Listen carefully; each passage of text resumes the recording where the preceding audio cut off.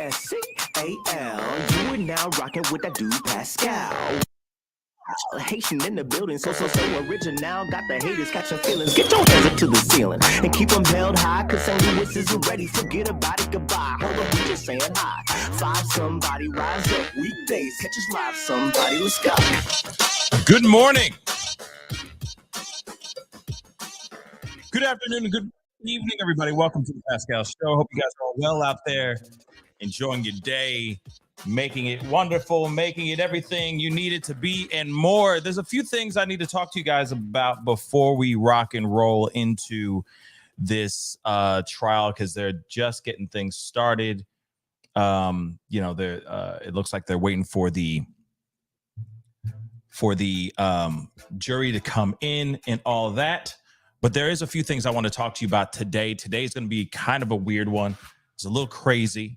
Okay, as you might see on my page, on my YouTube page, I have this live and I have another live scheduled at 4 p.m. Central Standard Time with lawyer Andrea Burkhart to discuss the things, the subpoena and all that revolving around the Idaho 4 trial, the Brian Kohberger trial, and all that. So I wanted to make that abundantly clear before you guys jump all the way in this with me. It's gonna be kind of a weird day. We're gonna do the first half of this trial, and then we're gonna stop so that we can bring her on, because she's got a very busy schedule, and I'm trying to squeeze her in before this topic ain't a topic anymore. And I want us to get to understand that piece as much as we can. So I just wanted to give you guys a full-on heads up, okay, about all of that, okay? So do me a favor. We're going to jump into this, see what else they're going to be talking about here today during this trial, okay? So we'll be watching the first half of it until basically lunchtime. And then after lunchtime, we'll be doing an interview or a conversation with lawyer, attorney Andrea Burkhart to talk about all that, okay? So please hit that like button down below. That would really, really mean a lot, okay? And of course, do not forget to hit that subscribe button. It'd be great to have you a part of the Pascal Show family. Also, don't forget to hit that join button, set it to all, so that you know whenever I go live or whenever I upload. But you see the two main shows I have on this channel today. So it's going to be a very busy day for me, because I even have my evening show with my sister tonight at 7:30 p.m. Central Standard Time too. So this is going to be a very busy day. So please don't forget to hit that subscribe button.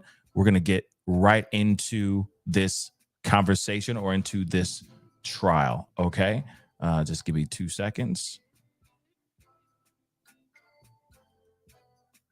because it's tripping.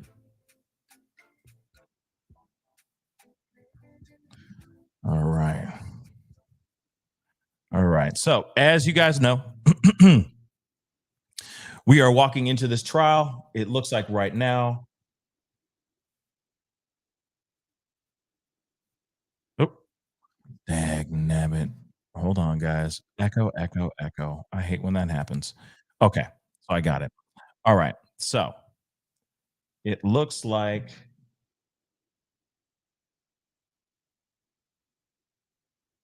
I'll do this really quick. We missed the beginning, like just a few seconds of it. I guess they're doing some things, getting everything kind of put together before they bring everybody in for this trial. Okay. Get a show in and see where we are. But good morning to everybody. Good morning. Hope you guys are all doing well out there. Hopefully you guys had a good night and a good morning. And yeah, we're going to get into this bad boy relatively soon. And maybe this time she won't be passed out. The other thing too, I was trying to find that other place, that other link where we could see multiple angles, and I haven't found that anywhere yet. So if anyone knows where to get that, please let me know. I reached out to a couple people. All rise people. For the jury, please. There they are. I reached out to a couple people. I'm going to turn this down while they have people coming in. I reached out to a couple people, haven't heard anything back yet. So I'm still waiting to see what happens with that.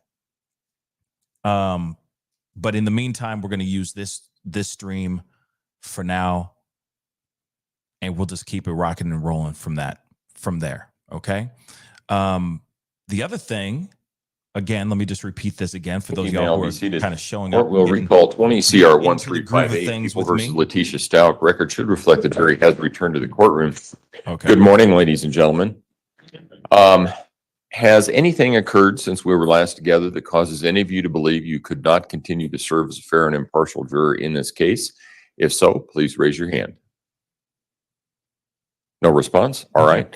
Prosecution, calling next witness, there's please. another we would call scheduled Kevin show Hoyland for 4 p.m. Central Standard Time. Hoyland. I do have Hoyland. attorney Mr. Andrea Hoyland, if you would Burkhart step coming forward onto and the raise your show right to hand, talk please. about the subpoena that was If you affirm the testimony about given this Bethany man will be the truth, and the all whole truth, that. and nothing So but the I truth. just wanted to give you Go ahead guys and a have a seat in the fair witness heads stand. up. Please watch your We're step gonna be as you watching step into the this, a stand. portion of it, and then we're going to be rocking and rolling at 4 p.m. Central Standard Time to have that much needed discussion. Okay, guys, just so that you guys know, it's going to be a very busy day for me. Everybody's done that. So let's I get know. into this. It's a habit. Good morning. How are you doing today? Well, Damn. thank you. Will you please introduce yourself to our jury and then spell your name for the record? Sure. My name is Kevin, Kevin, Hoyland, Hoyland. Where are you employed by, sir? The FBI. Who's What is drinking your coffee right job now? title or assignment? I am a special agent with the FBI, assigned full-time to the Cellular Analysis Survey Team. How long have you been in that role? Full-time with them in that role since 2019. Prior to that, in 2016, I became a certified member of the CAST team, where I still handled investigations like you would think a traditional agent does. And then I did the CAST work on the side as an ancillary duty, no different than Happy evidence birthday, response Rosa. or SWAT team duties. Happy So when birthday, you say the Rosa. cast team, you go around putting casts on people's broken limbs? No, the Cellular Analysis Survey Team is a specialized group of investigators responsible for analyzing phone records provided by the phone companies to understand the general location of where a device was historically when it had made calls or texts. What kind of education do you have that allows you to do that? Do you mean the training to? Sure, yeah. So the training that I went through and everybody goes through to become certified in CAST at the time was approximately 400 hours of specific classroom instruction. That instruction came from other FBI agents, other government entities, vendors in the cellular industry. And then most importantly, CAST receives training directly from the phone companies themselves. So legal compliance, engineers from all of the major companies come to train us, come to our certification to educate us on how their network specifically works. And to my knowledge, CAST is the only unit in the country to receive training directly from those phone providers. When you say vendors, who do you mean by that? Companies that design tools that the carriers may use in their networks, that's primary. Okay. And then you said companies and carriers. Are you talking about companies like AT&T, Verizon, those kind of companies? Exactly. At the time when I went through certification, Sprint still existed, US Cellular. So all of the major providers send their engineers and subpoena compliance folks. So what does that training look like when you get that information directly from the companies themselves?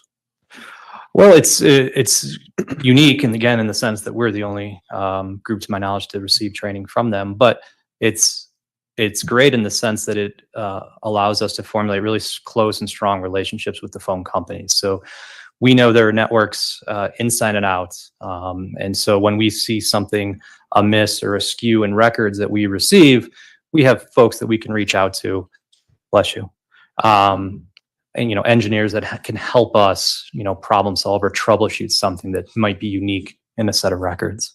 When you say that you receive records from those companies, what kind of records are we talking about? The records that I'm referring to are call detail records. So it's really no different than a billing file or billing statements you may have received in the past. It says who called who, when that call occurred, how long it lasted.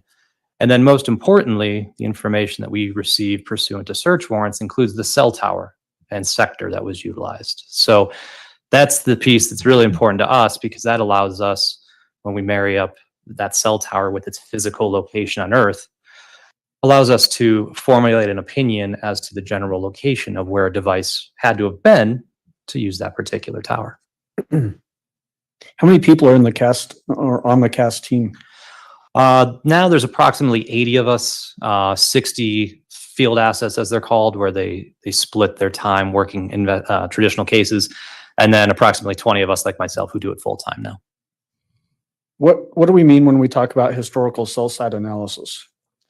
So historical cell site analysis is a little bit of what I just mentioned. It's taking these records that your phone and network have generated and mapping out the information to, again, formulate an opinion as to where the phone would have generally have been to utilize a particular tower and sector. And there's, hundreds of thousands of towers across the US. Each transaction that we see shows the tower that it used. So out of those hundreds of thousands of towers, it only used one, right? And that tower's only located in one spot. So by looking at how networks are configured and where the other towers are, it allows us to be able to, again, formulate that opinion. So when you say that you get specialized training due to your assignment to the CAST team, and I know I keep saying CAST and then team, that's a little bit redundant, right? It is, and I do the same thing. Okay. Right? We're technically a unit now. We've grown so much that we're now considered a unit within Okay. the FBI. Well, then I'll say CAST unit. Sure. All right. What kind of training do you get regarding cell phones themselves? Regarding the devices, Yes. so we don't necessarily partake in the forensic analysis of phones. So when you think of dumping a phone or extracting information from that device, that doesn't fall into our team's purview. But we definitely utilize all that information. Our team is called upon whenever there's a kidnapped child, or we need to locate a fugitive, or try and identify crime scenes that maybe were not known to investigators. There's the phone data from the phone companies. There's the phone data from a phone itself.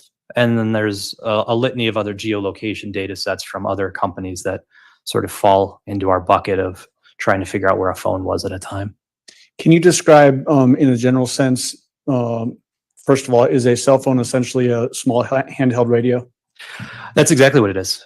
So while your phone is on in your pocket or purse or wherever, it's constantly scanning its environment, and it's looking for cell towers associated with your carrier that it sees, and takes measurements of the signal strengths from those towers. And this is going on in the background, and it's constantly ranking which tower and sector is a side of a tower, that it sees as best. So that when you hit send on your phone, your call goes out to that tower that your phone saw as best at that moment in time. That's what gets logged in those call detail records. We see that tower's identifier with that timestamp. After that happens, network takes over, and it can move your phone around to other towers in the area that might provide service that still are functional. But at that moment, when you hit send, or when a call comes in or a text, your phone is making that determination. What about giving the jury a description of cellular technology? Sure. I won't bore you with a history lesson, but I think most people have seen commercials lately. We're now on 5G. That's the newest technology. Each increment in technology expands the capacity in terms of how much data can be transferred from a phone to a tower at a particular time. But with that expansion, the offset to that is the towers themselves can't cover as far. She got a whole new look, penetrate y'all. buildings as well. The radio frequency that's utilized just doesn't allow for that. So in this particular case, we were looking primarily at most of the towers were 4G. I believe there was a handful of 3G towers. But at the end of the day, that's just the generation of technology. Your phone is using radio frequency to talk to the tower, and that's Whole new look. sort of what's going on. Okay. How do you go about analyzing call detail records, the information you get from the phone companies? Well, first thing we do is, make sure we got all the files that we would expect from each particular company. Unbelievable. And then based on information provided to me from investigators who are actually working the case, locations of interest, dates and times of interest, I would begin to map out that data look at where those cell towers are located, which cell towers that phone utilized at the times, again, listed in the records, and begin to put the pieces together as to what was going on with that particular device. Okay. How many separate cases have you worked on where you've had to help the investigation determine location of cell phones? Oh gosh, cases, hundreds and hundreds and hundreds. I don't keep a list of all the cases I've worked, because a lot of the times it's sort of like a one-off. A local investigator will call and say, "Hey, I got a set of data. Can you help me just understand what's going on?" And that would be considered a case, but I wouldn't necessarily have done a product for it per se. It might be a one-off assistance kind of thing. Okay. Do you go through any sort of validation of your analysis of this information? Yes. So before any report is provided, any final report is provided, we go through a peer review process. So I send all the records that I received, that I utilized in my analysis, a copy of my draft report to another CAST person, and all the dates and times, all the information pertinent to my analysis.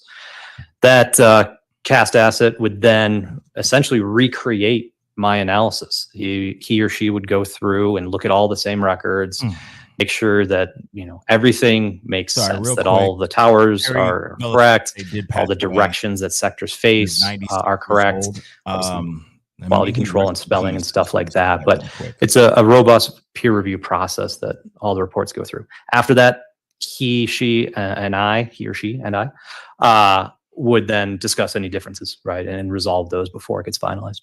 Okay. Have you used this type of data you mentioned sometimes you'll be asked to look for fugitives or missing persons, kidnapped people. Have you actually used this information to locate people like that?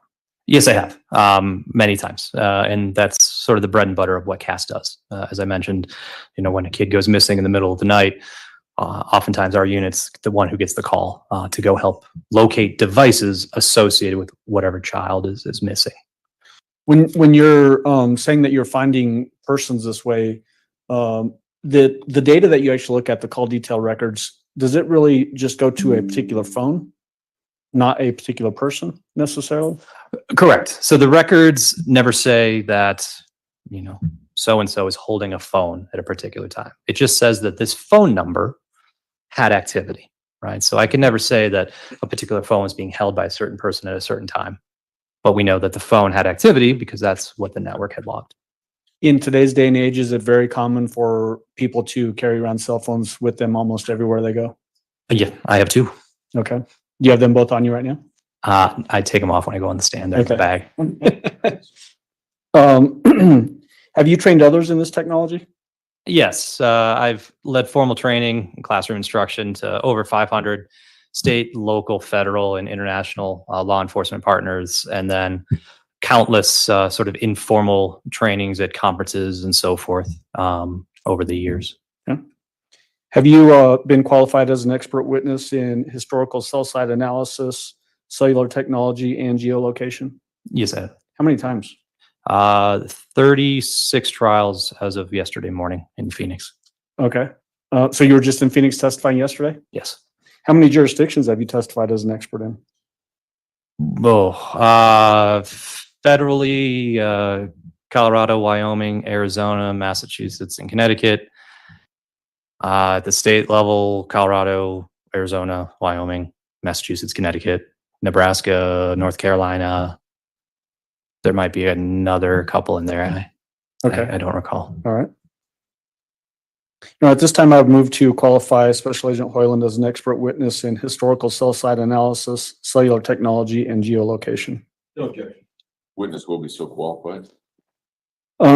Special Agent Hoyland, the case that we've been hearing evidence on is regarding investigation to Gannon Stauch's disappearance. How did you become involved in this case?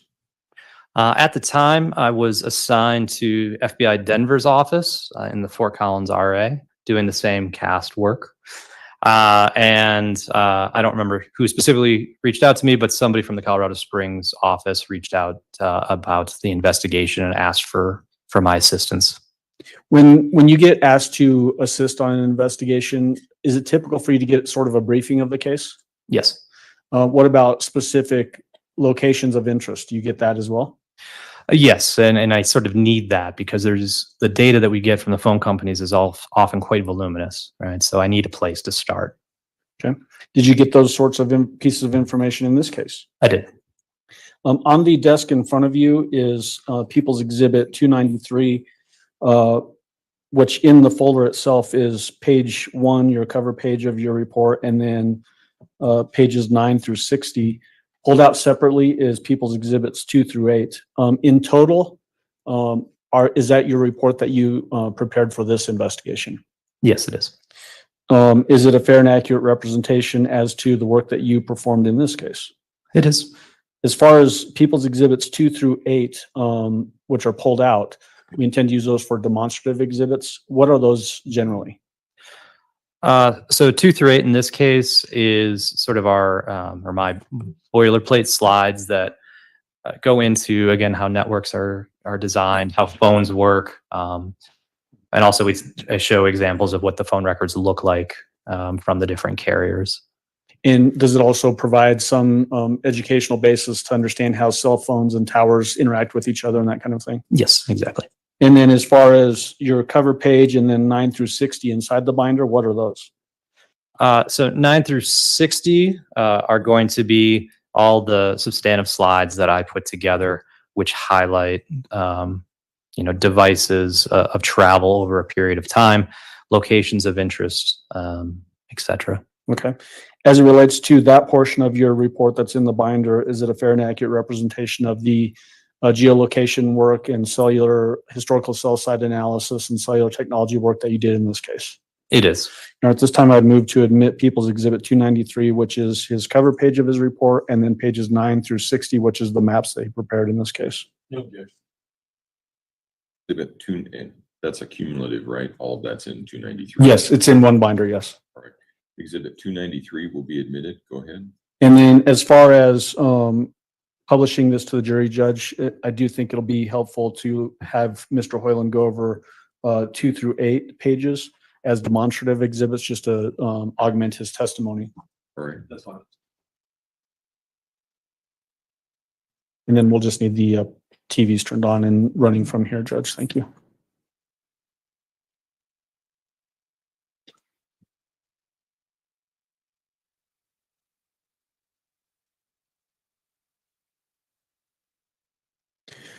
So describe what we're looking at as far as on this cover page. What does this page tell us? Just the old cover slide here talks about the case numbers, both the FBI and El Paso County ones. The date of my report was finalized in January of 21, and that it's just related to the Stauch homicide. Okay, page 2. What does page 2 tell us? So page 2 is sort of the beginning of some of the boilerplate slides. This is a brief overview of the investigative information, the purpose of the analysis, which again was just, as sort of discussed, I was called upon to help with the phones to try and identify where Gannon was located. And then the methodology. So briefly, I touched on that, phones connect to towers, and that radio frequency is what is used to exchange that information from the phone to the tower. Based on the locations of those towers, which are provided by the phone companies, we can map all that out and start to see which, the locations of where towers were utilized to inform an opinion as to the general location of a device at that time. Okay. Judge, it may be helpful. Would you mind if I turn off the ring lights? Just so. That's fine there. Yeah. The 2 green dots.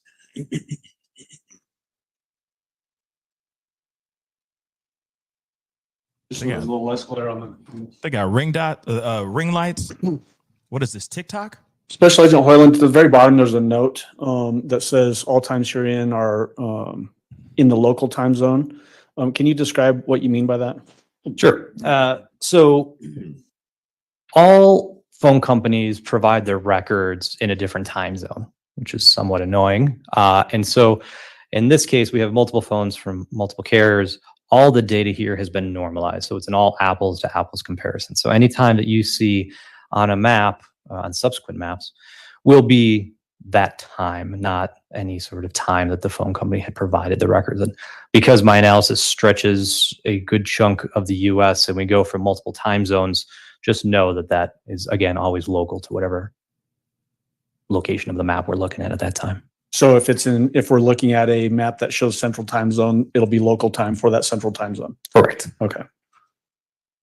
We're on page 3 now of your report, and this is still a demonstrative slide. Tell the jury what we're looking at in slide 3. Sure. So similar again to what was mentioned, your phone's always looking for the tower that has the best signal, right? It's always scanning that in the background so that it's ready to go when a message comes in or you need to place a call.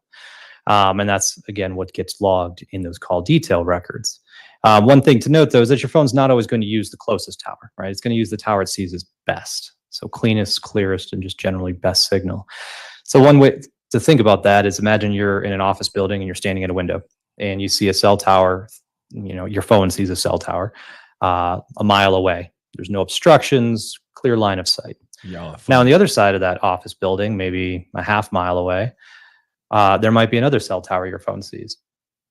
Your phone may choose that tower that's a little bit farther away because it provides a better signal. The radio frequency from that tower to your phone and from your phone back won't have to penetrate the rest of that office building, the concrete, the rebar, the steel, just to get out to reach that tower that's a little bit closer. So something to just keep in mind, I guess, when looking at the analysis. Okay.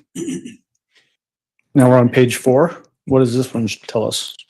As part of this, we also did what's known as a drive test or an RF survey, and that is gear that we have that is standard in the cellular industry that allows us to go out and measure the cell signal strengths in different spots based on antennas we have on our car and a GPS puck. And so from that, we can begin to draw the estimated boundaries of where a tower's coverage area would begin and end, and where a different tower's coverage area would start. So in a couple of slides in my report, that type of analysis is shown. So does this mean that you're physically driving out to these locations to test the signal strength essentially from a tower? In this case, I didn't specifically do it. I was tied up with some other stuff, so somebody else did the driving. The gear is ours. The data comes back to our server, and I analyzed it. But yes, it's a lot of right turns. You're just driving all around. Okay. Right on. We're now on page 5 of the demonstrative exhibits. Tell the jury what we're looking at here. So this is a slide to help you understand the concept of sectors. You guys are hilarious. I'm reading so as I mentioned before, basically saying not only do we trying to receive look gone information with the about which cell wind tower fabulous was today. utilized, but we also She get out here information about trying, the ain't she? sector. So if Out you here trying to think go of a gone cell with the tower as a wind 360-degree fabulous. circle, most They're towers her are broken up into and the 3 blouse. sectors. Not all, but most. And she's on. And so on each top. sector, if you divide not even 360 by handcuffed, 3, y'all. each sector would cover approximately 120 I think degrees. she really thinks she's cute today. Where this becomes helpful for us I just is had to say imagine that. It's been behind me, burning inside me. I had to say it. the phone was Okay, utilizing that we'll go tower. back to the trial. I Just guess I saying. don't have a Look at laser her. pointer, Gone with but the one at the wind. top sector. There's actually an Fabulous stuff with this extender biz pointer up there, an old naive. school pointer, telescoping. Ain't that a damn shame? Even though you're talking about technology Old school advances, we like indeed. the old school method. Yeah. So that one. So imagine a phone's using that tower and sector. Well, we know that the phone is not going to be down here, right? Because it would choose that sector. And it wouldn't be down here because it would choose that sector, right? So it helps us better narrow down the location or general location of a device relative to that tower. And again, all of this information is provided by the phone companies. They're the ones who decide which direction these towers face, because they don't all face 0, 120, and 240. Each sector can face however they want to configure it. But it's this additional information that really helps us narrow down on our analysis. On page 6 of the demonstrative exhibits, tell the jury what's depicted here. Cujo. Sure. The big takeaway on this one is this pie wedge looking thing up on the top. That is how we reflect the sector that was utilized for a tower or for a phone when it utilized a tower and sector. So you'll see that sort of pie wedge shape all over my reports. The one thing the other thing that's important on this is don't mistake that little yellow filled in area as the coverage area. That's not what it is. It's merely to help you understand the direction that that pie wedge faces. Okay. Now we're on page 7. Tell the jury what we're looking at here. So in this case, this slide, this is just an example of some Verizon call detail records. As I had mentioned before, these are really just billing statements, right? It just shows your phone's activity. But off to the right, you start to see, and I guess I'll keep going back to the pointy thing. You got your cell sites listed there, and it shows first serving cell site, first serving cell face. So that's the cell number that Verizon assigned to the tower utilized, and then the cell face, 1, 2, 3. Sometimes it's 4, 5, 6, but nonetheless, that's the information 7, 8, that 9. we take, and then we marry that up with a tower list from Verizon. So Verizon says, here's where all of our towers are by the numbers given here. So we can go ahead and take the latitude and longitudes. For in this case, first serving cell site 285. We could go to that tower list and say, oh, 285. Well, that is right here on the Earth. It used sector 3. Oh, sector 3 faces southwest. Okay, well, we know that the phone was generally southwest of that tower at that point, that moment in time. Morning, Sarah. Yeah. Sarah. Is it common that, say, I get on a call outside of the courthouse here this morning and I walk down Tejon for a couple of miles? Would it be common for my phone to switch towers while I'm on that call? Yes, your phone should at least hand off to other towers. When, imagine your call drops in the middle of that, what happened there is the network didn't have proper overlap between towers, right? The coverage area from one tower didn't properly overlap with the coverage area of the next tower. So there was a gap. When there's a gap, your phone disconnects or drops the call. In this particular instance, and how we analyze the records, we traditionally just use the first serving cell site at that moment, because again, that's the moment the phone initiated contact with the network. The phone is making that determination. All of those handoffs to other towers are network derived. So the network says, oh, okay, I'm going to move you over here now, et cetera, et cetera, et cetera. Also, not every carrier provides that information. AT&T is the only one who actually provides handoff info. Okay. And one more thing on the Verizon. Yeah. Verizon only provides us the cell tower information for phone calls. It does not provide it for text messages. And so, there's somewhat of a gap there. We see the text messages, we see when they occur, but we don't see the cell tower associated with them. Does a text message access the cell tower the same way a phone call does? It does. Okay. And then now we're on page 8 of the demonstrative exhibits. Tell the jury what's depicted here. So somewhat of the eyesore behind me is the AT&T records. So all the carriers provide their records in slightly different format. AT&T likes to provide it in PDF and a text file, where everyone else uses Excel. But suffice to say, it doesn't really matter what format the data comes in, because at the end of the day, every carrier is saying the same thing. This phone number utilized this tower and sector at this date and time for a call or a text or whatever it might be. So the headers, the format, how it's laid out, somewhat irrelevant. All that information is available to us to do our analysis. Okay. Now we're on to page 9 of your report, and this actually is now getting into the admitted exhibit. What is the purposes of the information contained here on page 9? So on page 9, we have a lot of the different devices that I was asked to look at in this case. So the first 4 are different cell phones, and you see the number, and it's in the selector column behind me. Those are the phone numbers associated with those devices.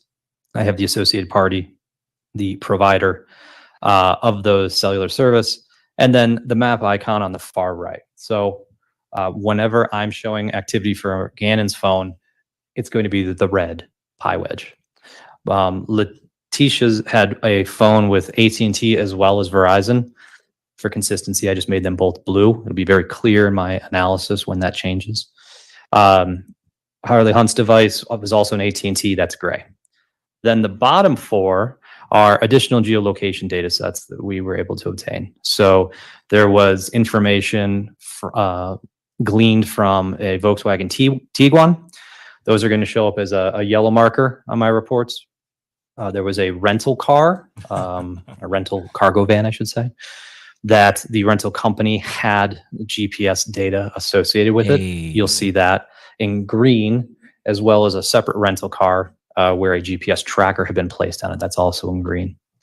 And then lastly, there was an application known as Life 360 that was on Letecia's device, one of Letecia's devices. Good point. So we received information from Life 360 Good point, that Nicole. also was able to be mapped out and is highlighted by that pink icon at the bottom. So there's a legend on each of my maps. Don't feel like you need to memorize this, but you're going to see a lot of colors and a lot of moving parts on some of these subsequent slides.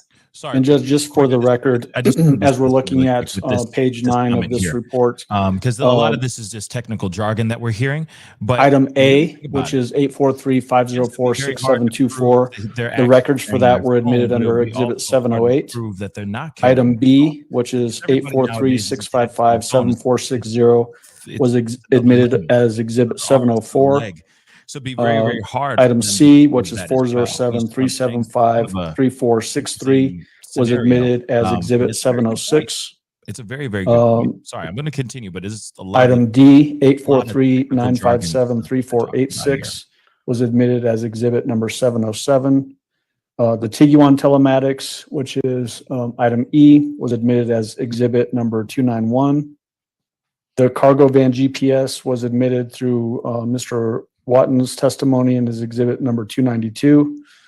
The Nissan Altima GPS tracker was admitted through testimony from El Paso County Sheriff's detectives, and it was exhibit number 230.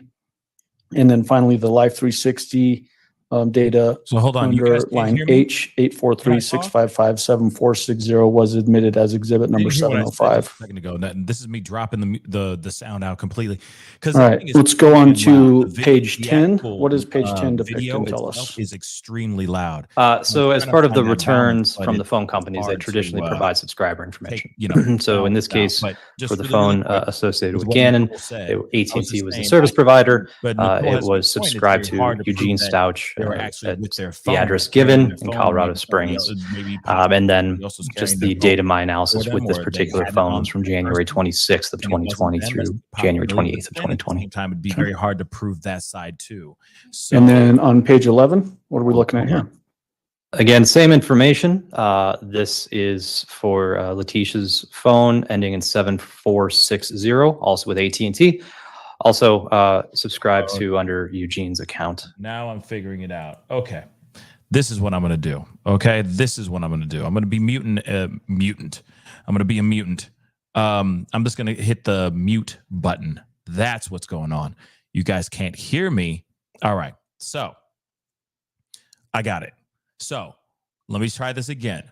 So Nicole just said something, because right now they're saying a bunch of technical stuff. Okay.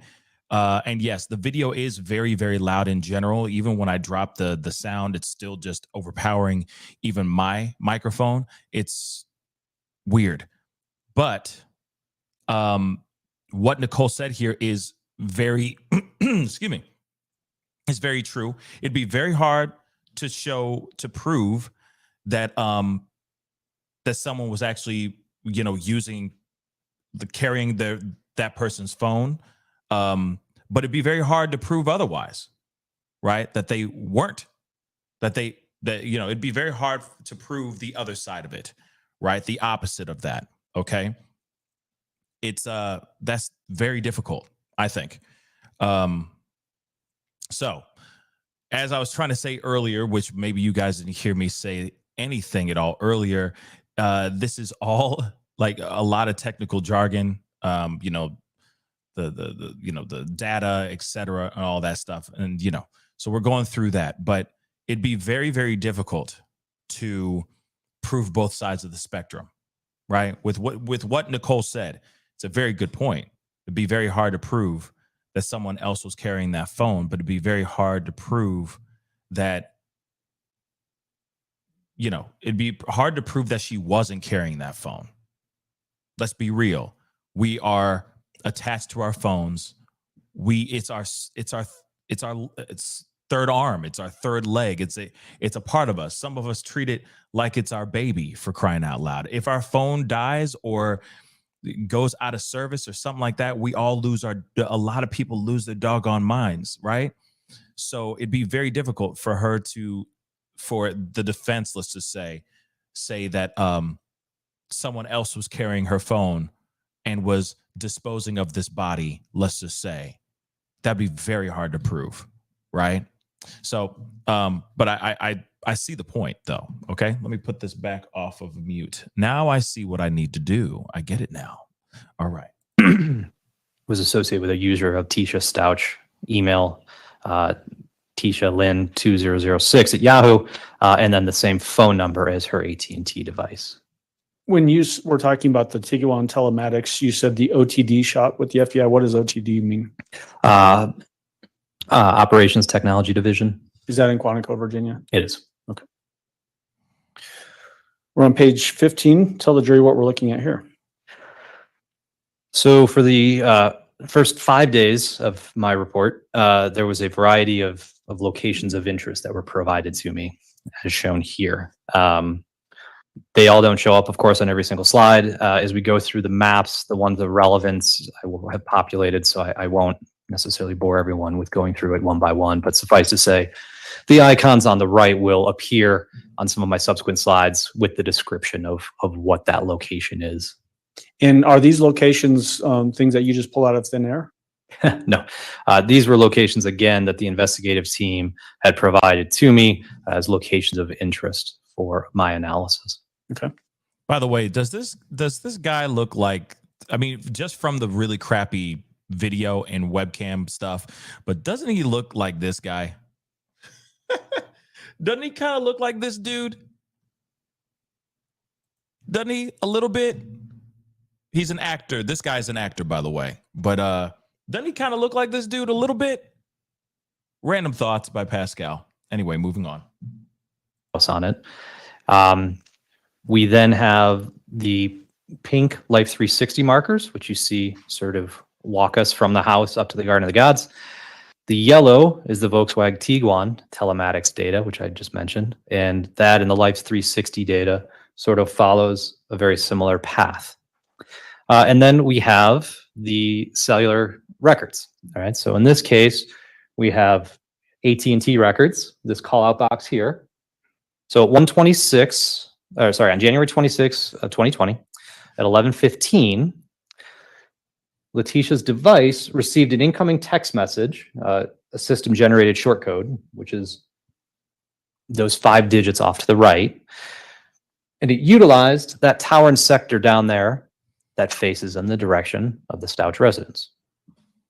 So when we look at this call-out box, and we'll see many of them, you've got the phone number associated with the record, and it's color coordinated. So you may see a call-out box that has like 3 or 4 different phones all at the same time. Each phone will be color-coded based on the actual user. Then we see the timestamp, again in local time. Whether or not it was an incoming text, an outgoing text, incoming call, outgoing call, that's all going to be listed next. In this case, the 110 is the direction that sector faces. So 110 degrees is, if you think of a clock, roughly like 4 o'clock. And you can see that that's how that's drawn. So 110 degrees from the center of it. But when taken in totality, we see that at approximately 2 o'clock, the Tiguan and the Life 360 information supports that this device and the car are traveling away from the residence up to the Garden of the Gods. At 2:56, we see Letecia's phone, and it's sort of buried under that. This might be easier to see here. You see that Letecia's phone uses that tower and sector to receive 2 text messages. The other thing, just to note on this, so these other blue dots here, those are the other AT&T towers in the area that her phone didn't utilize during this period in time. But all told, again, consistent with Letecia's phone traveling from her house up to the Garden of the Gods during the time frame shown on the 26th. I keep thinking that he's saying Guardians of the Galaxy, like he's about to say Guardians of the Galaxy. I don't know why, but let's move on. Sort of corroborate the same information. Other ways to verify that there was a visit to Garden of the Gods. Yeah, obviously, the more corroboration you have of a data point, the better. Okay. And then as far as your analysis on this, is this the first time Can you on guys that hear me day, now? Sunday, January 26th, that the Tiguan left the Just out of 6627 Mandan Drive based on your analysis? Can you hear the? Can you hear the? I believe it was. Okay. And so if we've had some prior testimony that there was hiking in a selfie taken at Garden of the Gods on January 26th, that would corroborate this, what shows a visit of the defendant in her Tiguan and using her cell phone up at Garden of the Gods. I would say so, because you have the Tiguan, the yellow dots sort of terminate right there. But then the Life 360 points sort of continue off of and away from the Tiguan. This would support the theory that the car was parked and then people got out and walked. And then obviously there was the 2 incoming text messages, as I mentioned before. The fact that there was a selfie taken on the defendant's phone showing herself and Gannon and a little girl named Lena that was on her phone, does that also corroborate that she was actually in possession of this phone? Without a doubt. Boom. Now we're on page 17. What are we looking at here? So in this instance, during from approximately 420 to 446, we see Tiguan and Life 360 data sort of reverse paths, right? And there was no cell phone activity during this time that was mappable. So we're left with this. But again, you see the path of travel that the device and the vehicle take back to the Stauch residence. Okay. Mm-hmm. And then on page 18, what are we looking at? Didn't it though, Sarah? So at 5:08 that same evening on January 26th, the Life 360 app recorded a variety of points consistent with a path of travel as I show here. So leaves the house, goes down here, you got an activity at 5:14, 5:22, you've got another data point a little bit farther east, and then the next one back there at 5:26. So sort of a quick jaunt away from the house, and then back in 15 minutes or so. And then at 5:27, and then again at 5:48, that device, Life 360 recorded locations of that device back at the house. There wasn't any AT&T activity. There wasn't any Tiguan telematics activity during this time. But there was, from the Cellbrite, or a dump of the information on Letecia's phone, conversations that she had had with Harley via iMessage at 5:11 and 5:13, mentioning she was out getting food because Gannon had had an accident in his pants. Now, the important thing here to understand about iMessage is, if anybody has an iPhone, when you send a message to another iPhone user, it doesn't show up as a traditional text message. It goes over the data side of the network. So we'll never see that message in the log of texts for Letecia's device. Only traditional text messages or iMessages that fail and have to be sent as an SMS would show up in her text messages. You used the SMS. What does that mean? Just so the record's clear. Short message service. It's the name for a text. And then MMS you mentioned also. What is that? Multimedia service. That would be like a picture message. The fact that there's no Tiguan telematics data here, does that indicate that the defendant likely drove a different vehicle besides the Tiguan? It would support that, yes. Page 19. Now, what are we looking at? So after that 5:48 event, we don't really have much during the next 4 hours. So at 9:27, 9:28, 9:35, there's some Life 360 activity as shown here. And then at 10:19 p.m., Letecia's device placed an outgoing call using the towered sector facing back towards the residence to the AT&T customer service number. The fact that you've got the two entries at 928 and 935 basically at the house, and then there's that one 927 that's sort of kicked out southwest away from the house. Does that tell us anything necessarily? Yeah, when I looked at the totality of the Life 360 data, it seemed to track quite closely with other stuff, and we didn't see really much derivation from expected paths of travel. So, if I was, looking at this data sort of live, I would have expected that the phone would have not been at the residence, but instead would have been somewhere outside it, south of it. Okay. And then, are we still talking about Sunday, January 26th in this slide?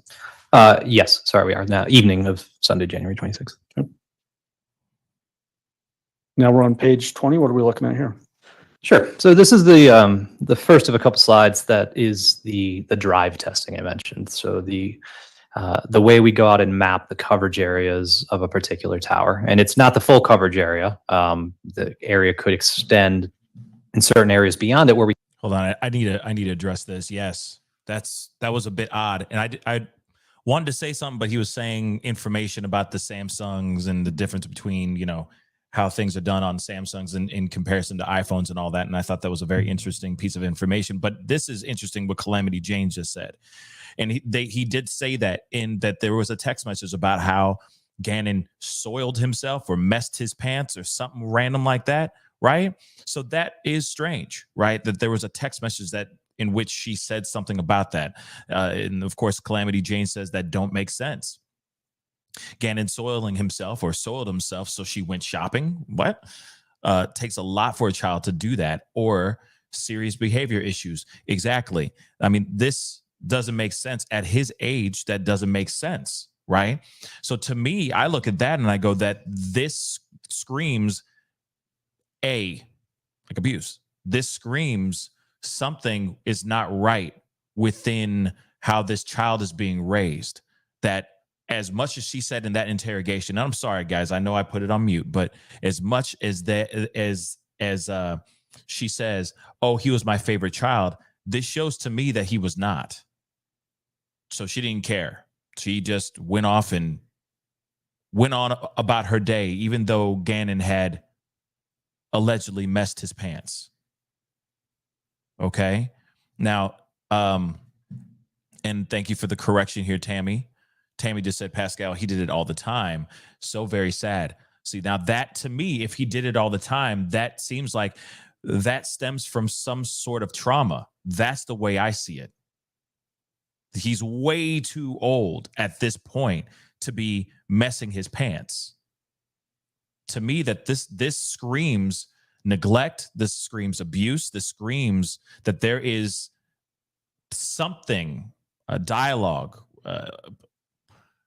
a theme that's been integrated in with him between her and him. Now, I haven't heard anything from what Harley has said, her daughter, Harley Hunt.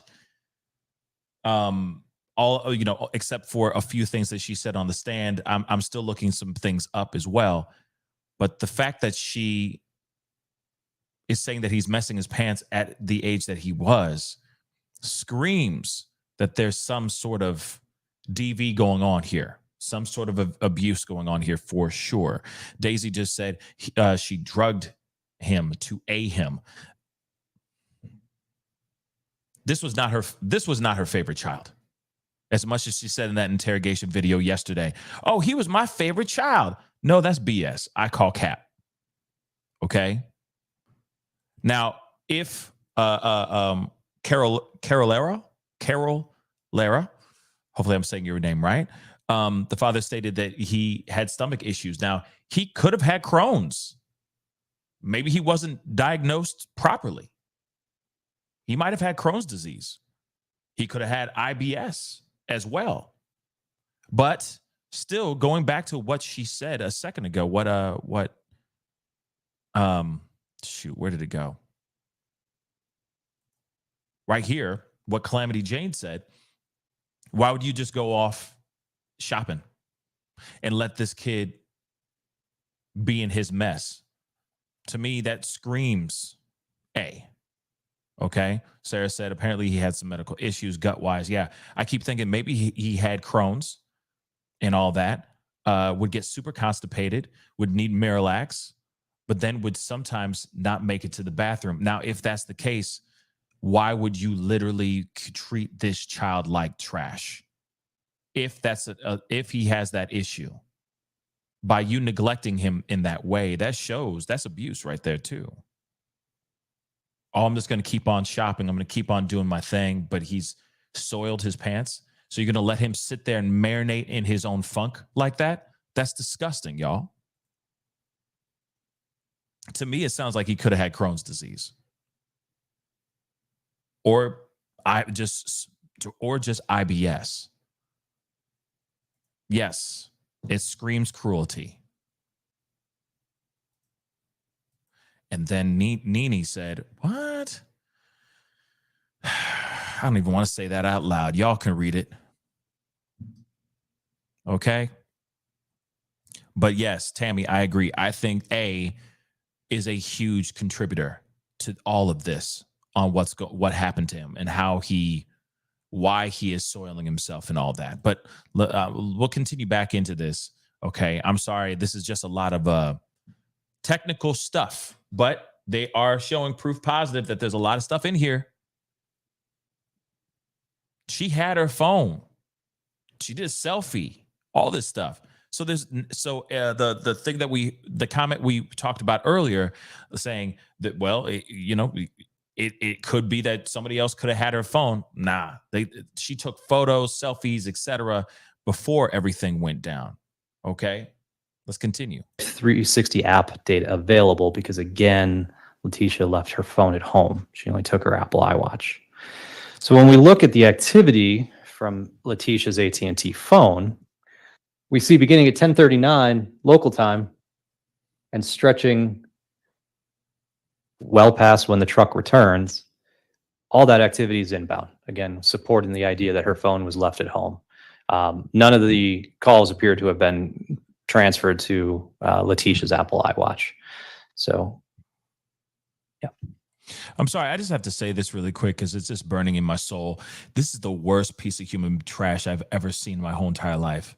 And if she treated this kid the way that she treated, and if his ailments that he had growing up, all the issues that he had, him being able to have a proper bowel movement, not being able to hold himself so that he can go to the bathroom in a toilet, okay?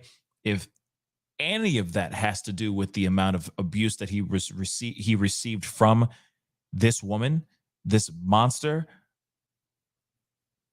bury her under this prison. That's all I'm saying. Okay. I just can't believe somebody out here even exists that would do something like that to a child. Sarah, if we were worried about missing something here and there, we watch on Long Crime. Yeah, we watch here for your take and the community. Thank you so much, Sarah. I appreciate that.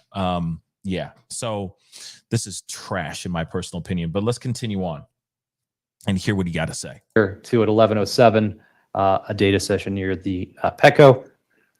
Then at 1:19, and then again at 1:20, there's another data session off the tower sector there at Petco. One thing to keep in mind with the data sessions is when they open up, they may stay open for as long as 60 minutes. And so it's not, again, a transactional kind of record wherein we'll see every iMessage back and forth. We'll see every time that person goes out and surfs the web and the associated cell tower.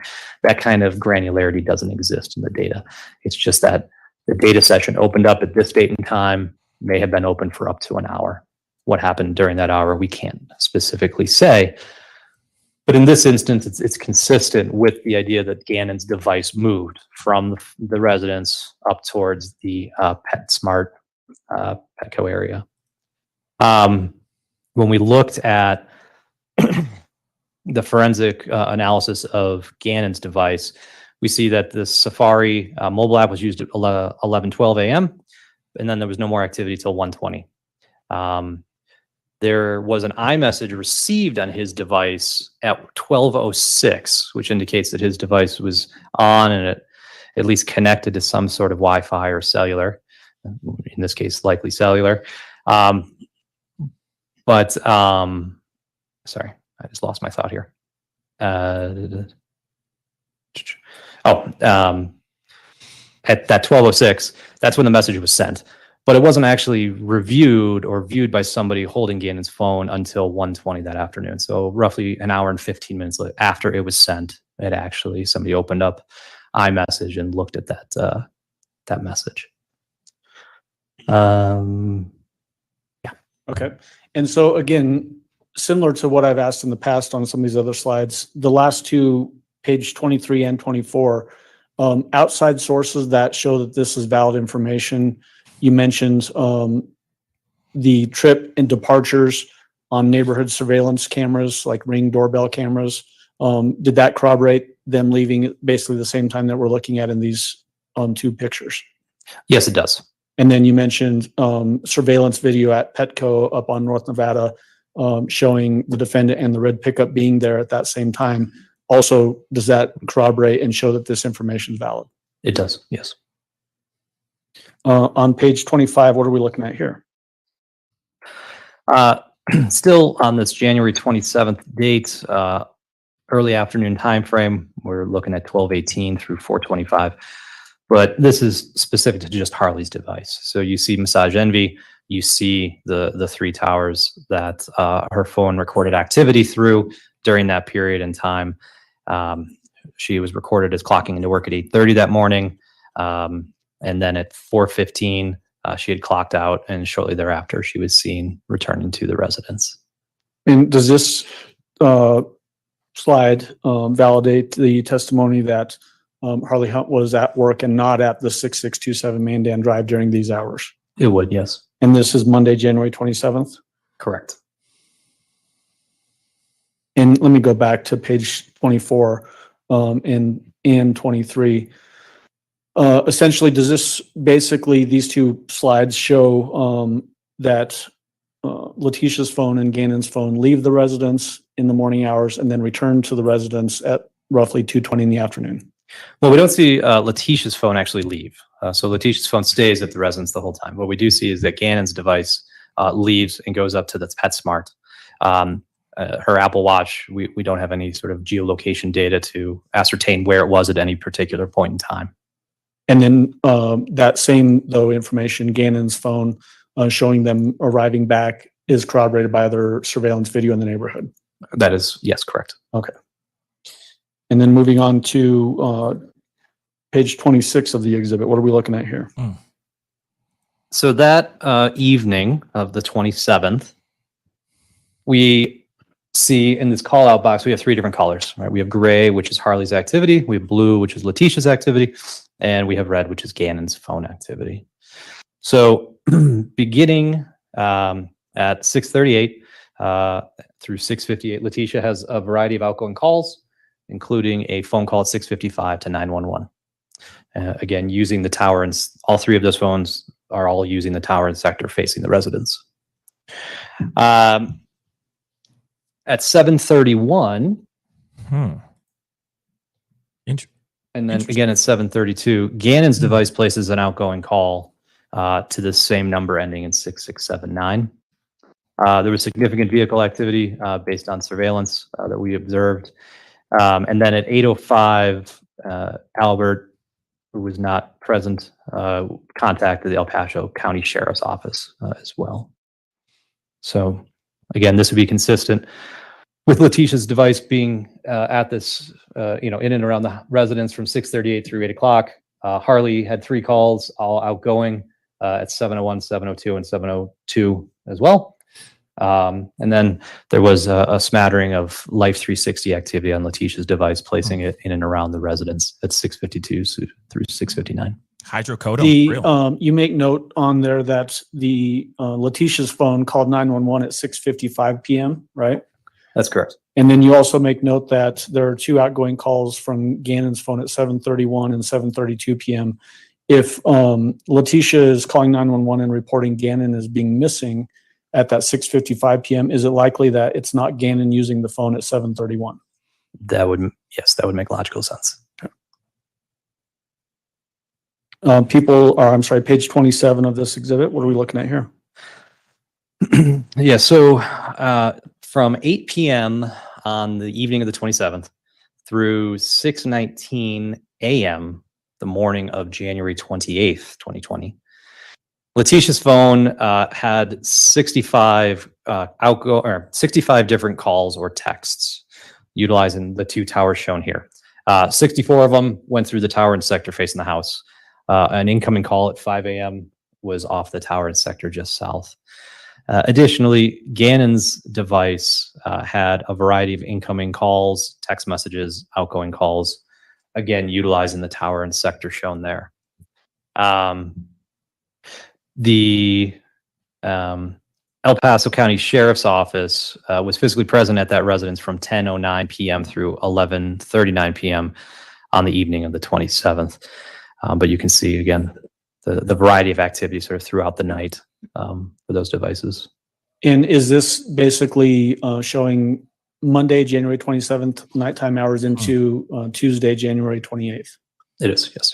And then again, similar to the last slide that we were just looking at, the fact that Gannon's phone is showing activity, even though he'd been reported as missing 6:55 p.m. on the 27th, is it also likely that it's not Gannon using the phone at this particular point? Yes, because some of the calls that occur are during the period when the police officers or the sheriff's office is there. And some of these are out. Real quick, guys. I do want to know if anyone has the like the text messages that were sent about him soiling himself. As far as that goes, if anybody has that access, like to that information, please send it my way, because I'd love to bring it up and show it to you guys just as a piece of a discussion on this particular stream. And also, Daisy, I agree. I would love to know how Letecia treated Harley, because if Harley was treated the same way, then obviously a lot of things, I'm sure there's a lot of things that Harley would know on the side of A, if that makes any sense. Because if she did the same MO, if it was the same approach, same procedure with Harley, then we can pretty much dress up, or at least imagine what kind of treatment, for lack of a better word, little Gannon got.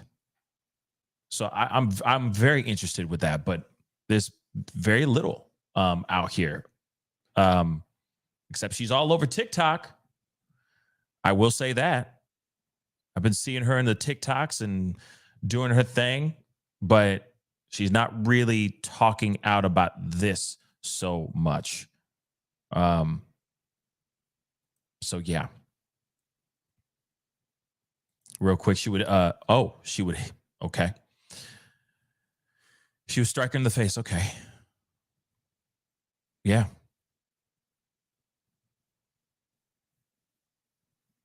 Yeah, I mean, there is conversations, but that's the thing. Like, there are a few things about her, but not much. Except for the testimony that she recently had, which maybe I'll pull that up during this time, because let's be real.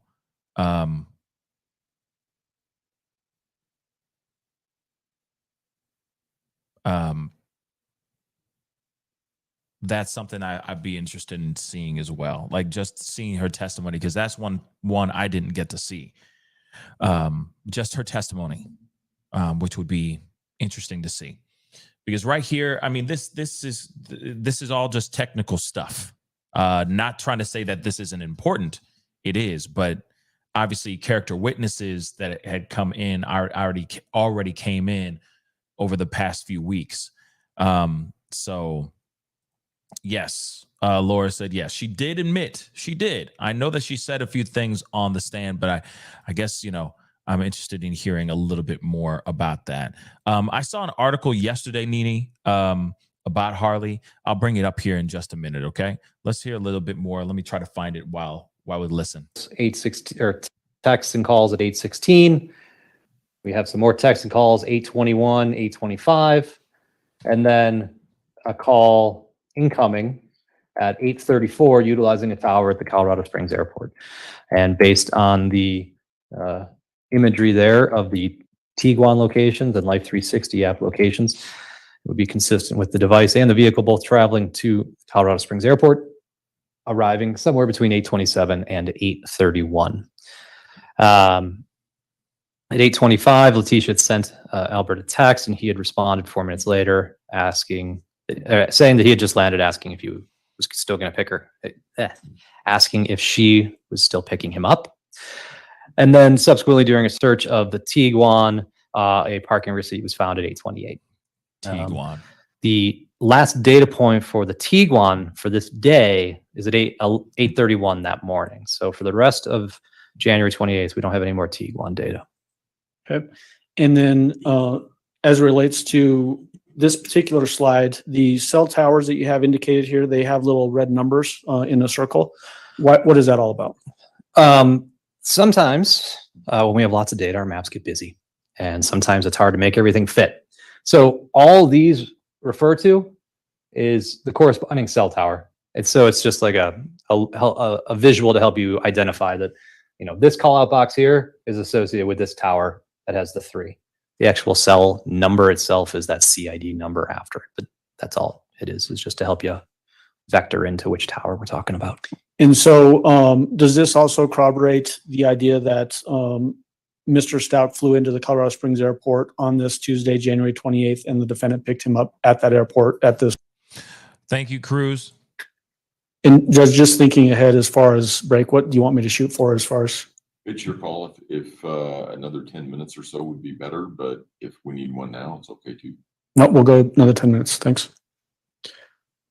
Page 31, what are we looking at here? Page 31. Still that morning, January 28th. So following the slide that we just looked at 8:48, and again at 9 o'clock has shown up here, and through 8:45 through 9:02, Letecia's device is utilizing this tower and sector and has a bunch of Life 360 app hits there. We learned that that Letecia had rented a Kia Rio from the airport around this time, and picked up Albert at approximately 8:50 that morning. And when we continue to look at the cell tower usage and the Life 360 app data, we see that her phone travels south away from the airport, returning back to the Stauch residence at approximately roughly 9:15. When we looked through her phone dump, Letecia's phone dump, we saw that she had sent an iMessage to Harley minutes prior to picking up Albert, asking Harley to move the Jetta into the garage. And then surveillance again shows the Kia arriving back at around 9:15. And so does this slide basically corroborate the idea that the defendant left her Tiguan someplace and then now is mobile in the Kia rental vehicle that was rented at the airport? That's correct. And so now we don't have any Tiguan data anymore. We're just looking at Life 360 data and any cell phone activity. That's correct. Okay. And again, is this Tuesday, January 28th in the morning hours? It is. Page 30. Oh, I'm sorry. Did I cut you off? No, Okay. no, I'm good. Page 32. What are we looking at here? So a little bit, a few minutes later, 9 o'clock hour, 9:37 to 11:44. Again, Tuesday the 28th. You see the activity shown here. So from 9:37 through 10:55, Letecia's device utilized that tower and sector for a variety of calls and texts. But we also see, beginning at 11:01, some Life 360 data. And we see that data continue up until 11:44, where it puts her device near French Elementary. As you can see, there was a tower that was utilized at 11:30 all the way up there for an incoming call. Also sort of supporting the theory that her phone had traveled away from the residence. And also as part of her trip, we see that her phone based on the Life 360 data, sort of stops here at a strip mall for about 25 minutes before continuing northward. And just so we're understanding how the Life 360 works, does that app essentially just drop breadcrumbs as it's moving along, or why are we seeing so much activity on the Life 360 and maybe not necessarily as much phone activity? Well, the phone activity isn't going to be GPS derived, right? The phone activity is only going to occur when there's activity on the phone, when somebody's making or receiving calls or texts. The data sessions are aside from that, and that's not mapped here with Letecia's. The Life 360 app, though, its purpose is so that you know where your family members are, right? And so it's sourcing and harvesting that GPS. It also uses Wi-Fi and Bluetooth based on what they have on their website. But it's recording that information and storing it so that you can look and see where your son or daughter had been, or where somebody in your family might be. So that's their business model. They need to record a lot more precise location data than what we would see from a traditional phone record. Okay. Moving on to page 33, what are we looking at here? So beginning at noon, Letecia's device receives an incoming call through that tower and sector that's actually sitting right under the French Elementary tower or location. At 12:07, again, more Life 360 app data begins to show that device traveling south. At 1 o'clock, we see, let me take a step back. At 12:24 through 1:14, you see in that box up there, that's associated with this tower here. There's a variety of activity from her phone using the tower and sector facing the residence. So, bless you. He's a little after 1 o'clock, we see Letecia's device travel away from the residence based on the Life 360 app. And we see at approximately 1:30, it stops near a Starbucks. That is where Letecia ended up being interviewed by the sheriff's office. And following that, and we also see some phone calls right in the box there off of that tower and sector facing Starbucks at 1:40 and then 2:23. Then more Life 360 app data brings that phone back to the area of the residence at approximately 2:45. So does this show basically at that 12:07 traveling from the residence up towards French Elementary, what you have indicated with an FE on the map, correct? This would be travel away from French Elementary. Okay, but showing being up by French Elementary and then coming back towards the residence and then going to the Starbucks for that interview with sheriff's office personnel and then back to the residence. That is correct. Okay. Page 34, what are we looking at there? So afternoon of Tuesday the 28th at 3:06 through 3:45, we have some activity here off of the tower and sector again, facing the Stauch residence. Sorry, so 4:07, 4:17, and then 4:25. So all of that activity taking place there.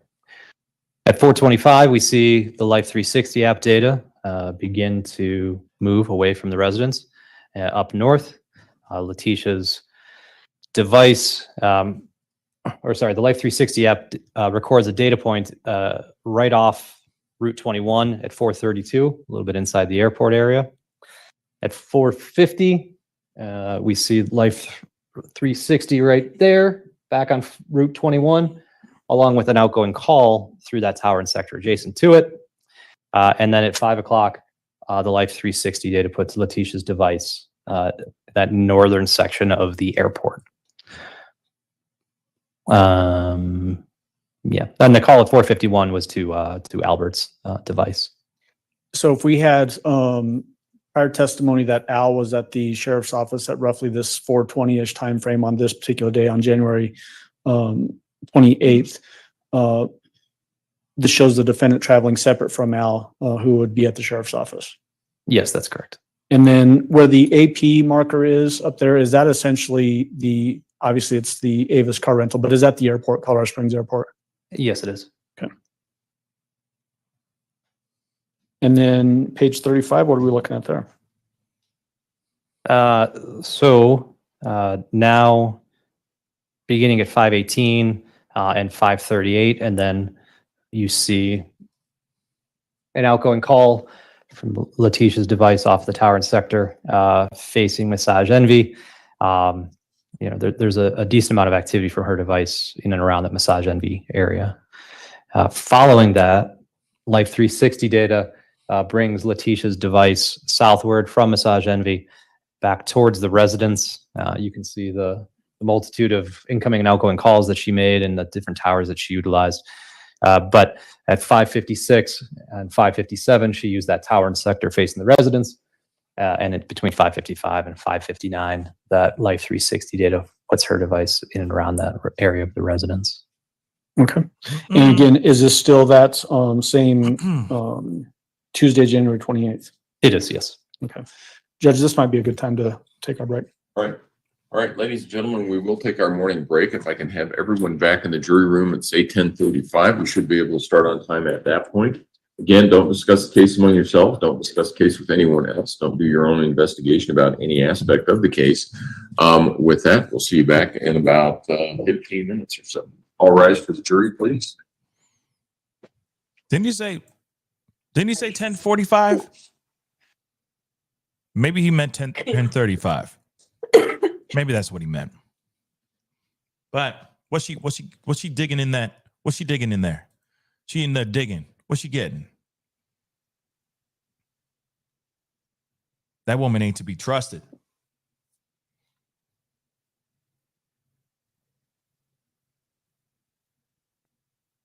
I think you may all be seated.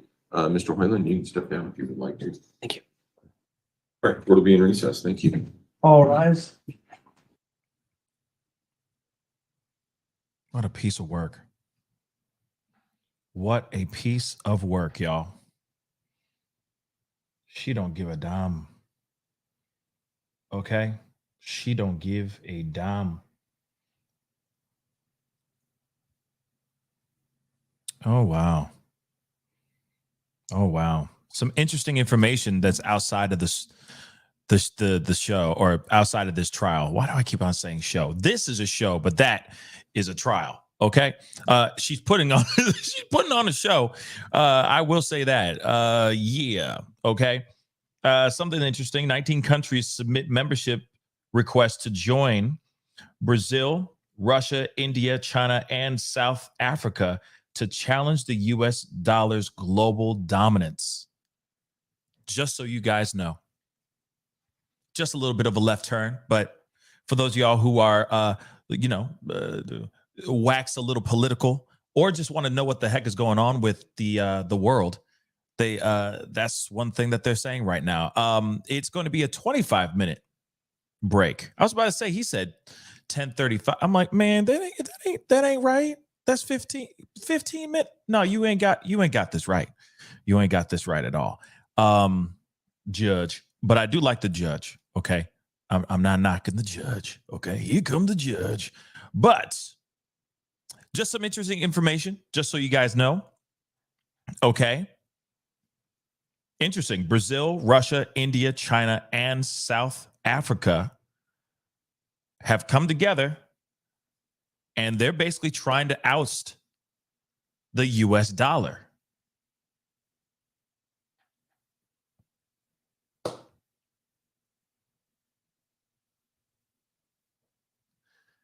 So put that in your pipe and smoke on it for a minute.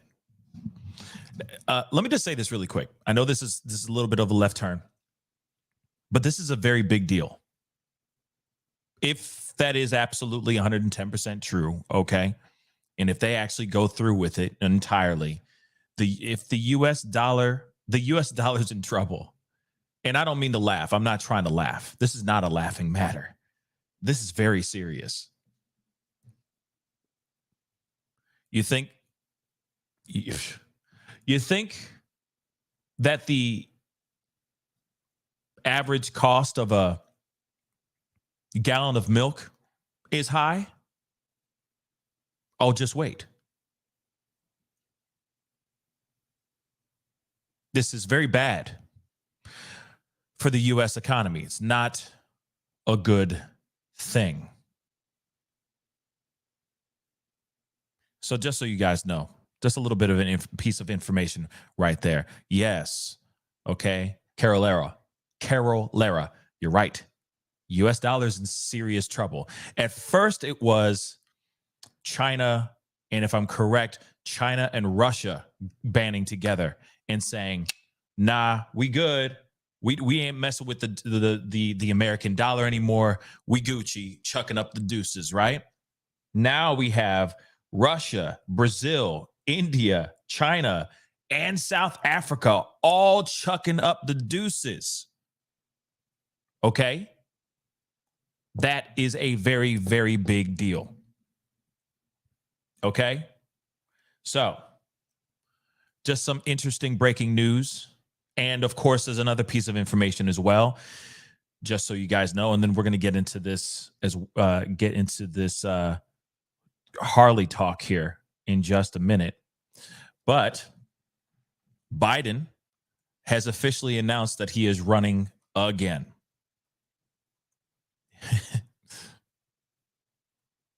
Yeah.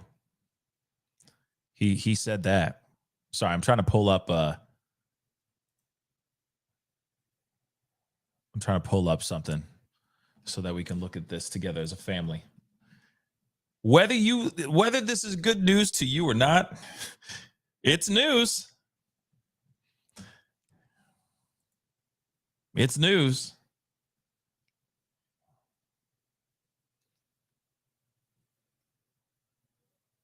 So Biden is running in 2024, everybody.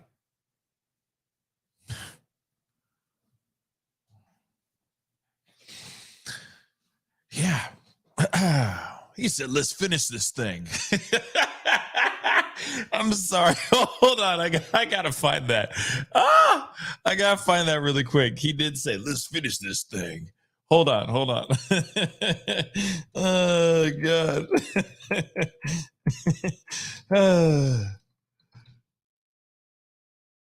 Oh, my God. He says, I'm sorry. Let's finish this. Here we go. He said, let's finish this job. I'm sorry. Take a look at this. Whoops. Where is it? There it is. Splat out. He said, let's finish this job. Weren't you supposed to be doing it in 4? I'm sorry. You know, whatever side of the spectrum you sit on, this is news. Okay, so you have it. Okay. Oh, oh man. Yeah. I already talked about Harry Belafonte just right at the beginning of the show. But may he rest in peace, for real. Okay, but just so you guys know, Biden is running in 2024 against Trump and the many other people who, you know, whoever ends up battling against Trump as well. Because you got to remember, Biden is taking the Democrat ticket right now. He is the one. He doesn't have to fight anybody, right? Trump still got to fight a whole bunch of other Republican hopefuls as well. So, again, very, very interesting information here, nonetheless. Okay, over the course of this morning, over the course of this watching this show, this trial so far. Okay, so that is very interesting. He said, "Let's finish this job. Let's finish it." So there it is. And now the American dollar, the US dollar, is in some dire straits. I will say that. Now, back to the conversation at hand. We got to talk about this. We mentioned, or we had a conversation about Harley. Okay. And we are going to look at this. We got to talk about this conversation here. She obviously took the stand. So this is kind of a little bit of a recap of what she said on the stand and all that. Okay. And she was 17 years old at the time of this situation. Okay. Just so you guys know. it's still, no matter what, this is devastating for any child to run for. Okay. Or to deal with. This is devastating for any child to deal with. Okay. Sarah just said there's nothing hopeful about the. You might upset some people in the chat now, but hey, both sides are mucked right now. I'm just gonna say that. Okay. And I'm telling you right now, if Brazil, China, Russia, South Africa, I'm forgetting the other one right now. Hold on. There it is. If Brazil, Russia, India.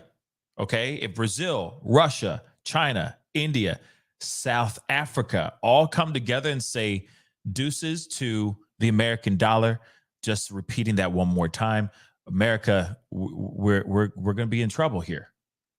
We will be. The American dollar is everything's going to be expensive.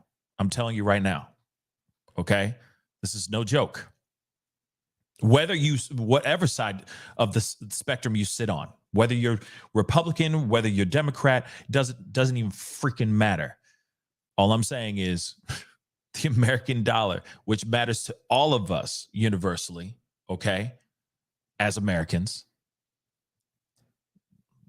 our dollar is about to be screwed if it continues in this way. Okay.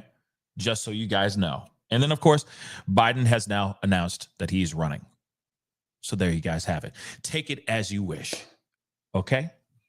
Take it as you wish. Now, let's get into this. This is Harley, her testimony, or some of her testimony. It says here in the title, I feel like I've been manipulated and lied to. Sounds familiar, don't you think? Don't you think it sounds familiar?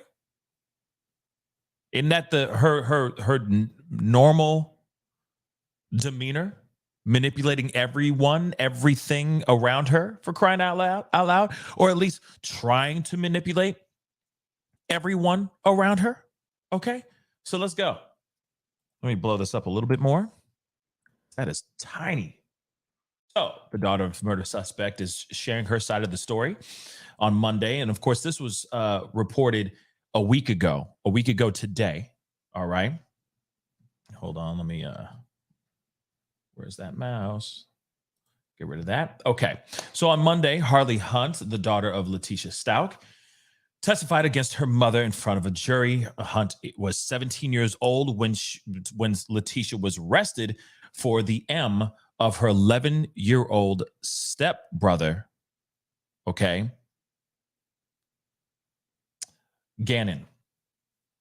During the emotional testimony, Hunt talked about her childhood, the time around Gannon's disappearance, and the drive to Florida with her mom right after Gannon went missing in 2020.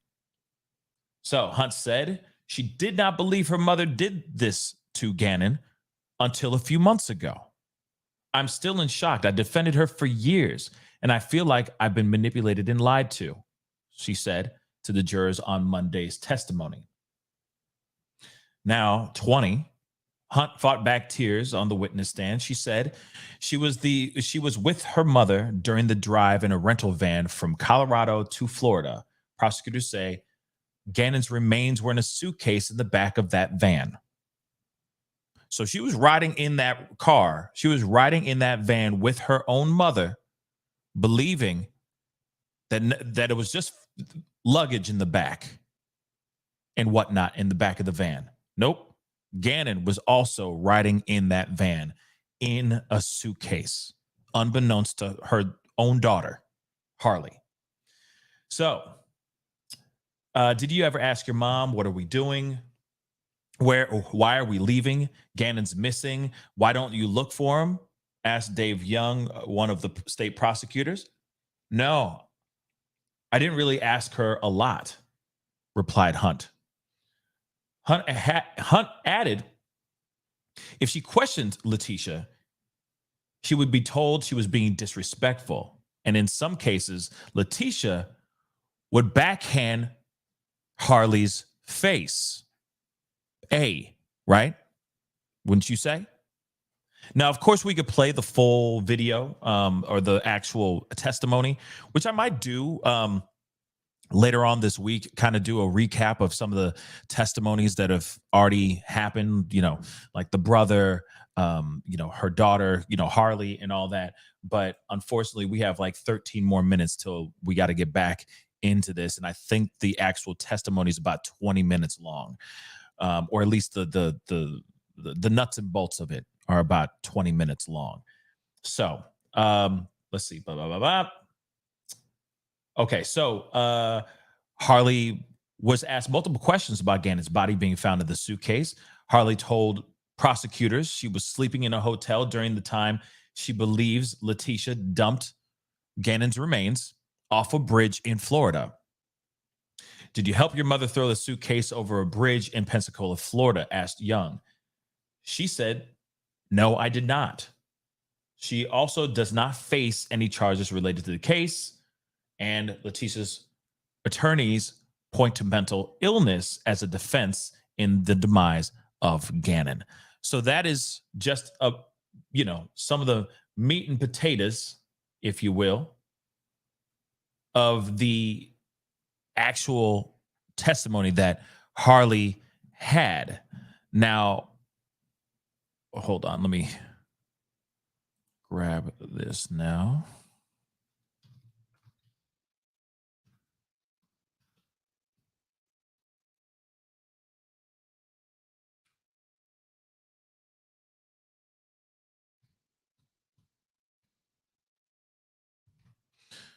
Let's see here.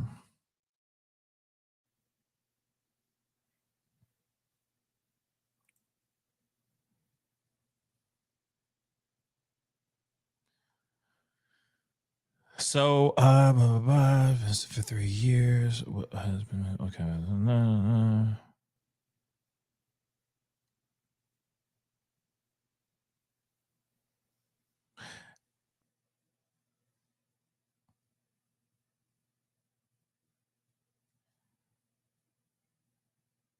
Sorry, guys. I'm just reading this off. So, where is she now?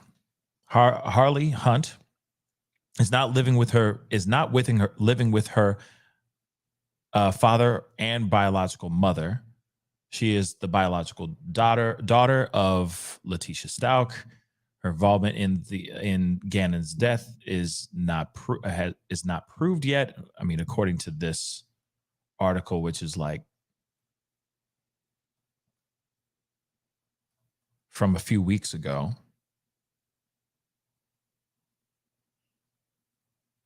As of now, they're just saying she may be living with relatives right now, but she's all over the TikToks. She's making TikToks, doing her thing.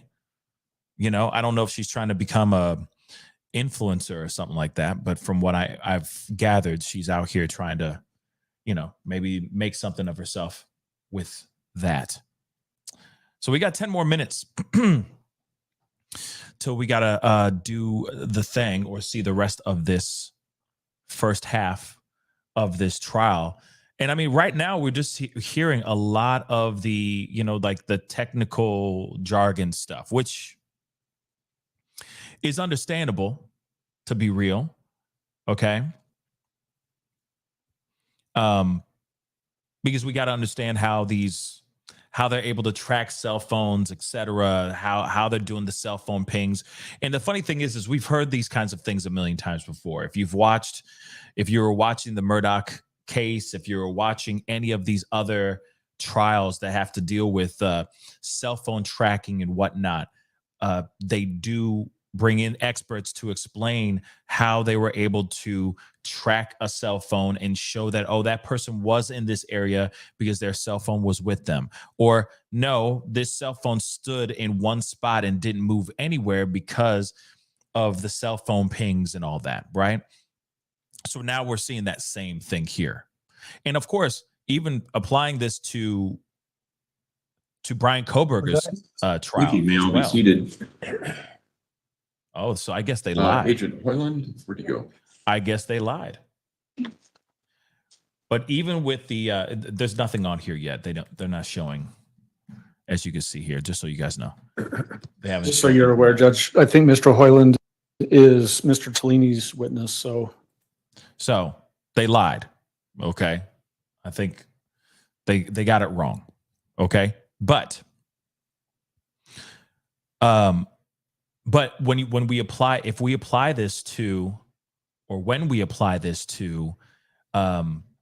the Brian Kohberger trial, they will be bringing in all kinds of experts to talk about cell phone pings, the towers, so on and so forth, because they've been diving in so much of his stuff, everything all the way down to his Fire Stick, for crying out loud, guys.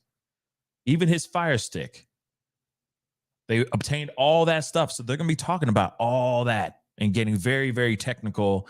And it can get very boring because it gets into that clinical talk about how they're able to do this, that, and the third with their doohickeys and, all that stuff. So now we're seeing, okay?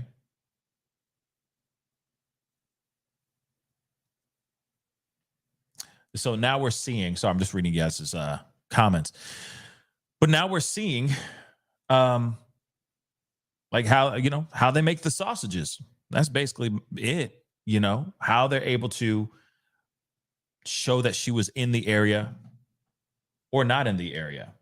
Please. Jury's coming in now. But don't forget to hit that like button down below. That would mean a lot, okay? And don't forget to hit that subscribe button, baby. That would mean a lot too. Okay?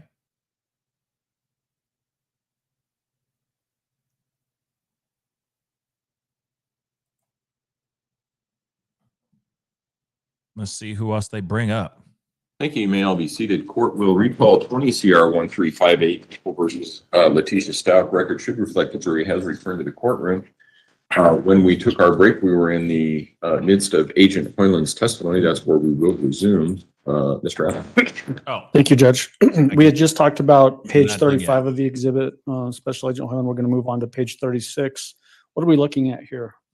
Sure. So to orient everybody, we are still on Tuesday, January 28th. We're in the evening. So you see over here in this call out box at 6 o'clock, there's an incoming call to Letecia's device using the tower and sector facing the residence. Subsequent to that, her Life 360 data brings her phone south towards that Starbucks that we had previously mentioned where she had done an interview. During that time, her device sent some iMessages back and forth with Albert and Harley's phones. Subsequent to that, the device returns back into the area and utilizes the tower and sector facing the residence, 635 through 638. You see at 643, it now uses the north-facing sector, as denoted by that 350 degrees right there. 643, 43, and 644, using that tower and sector. Life 360 data continues to bring Letecia's device northward, terminating at the airport parking lot at 649. Moving on to page 37. What are we looking at here?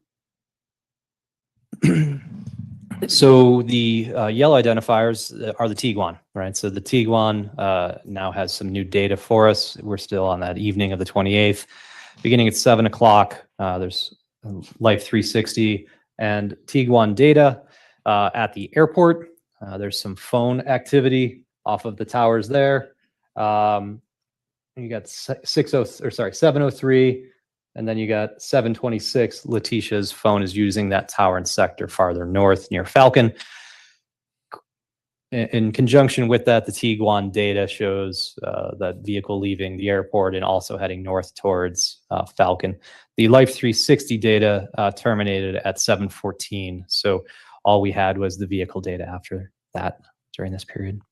Harley's phone during this time was utilizing the tower and sector down near the residence, which is obviously not shown on this map. This is just Letecia's phone.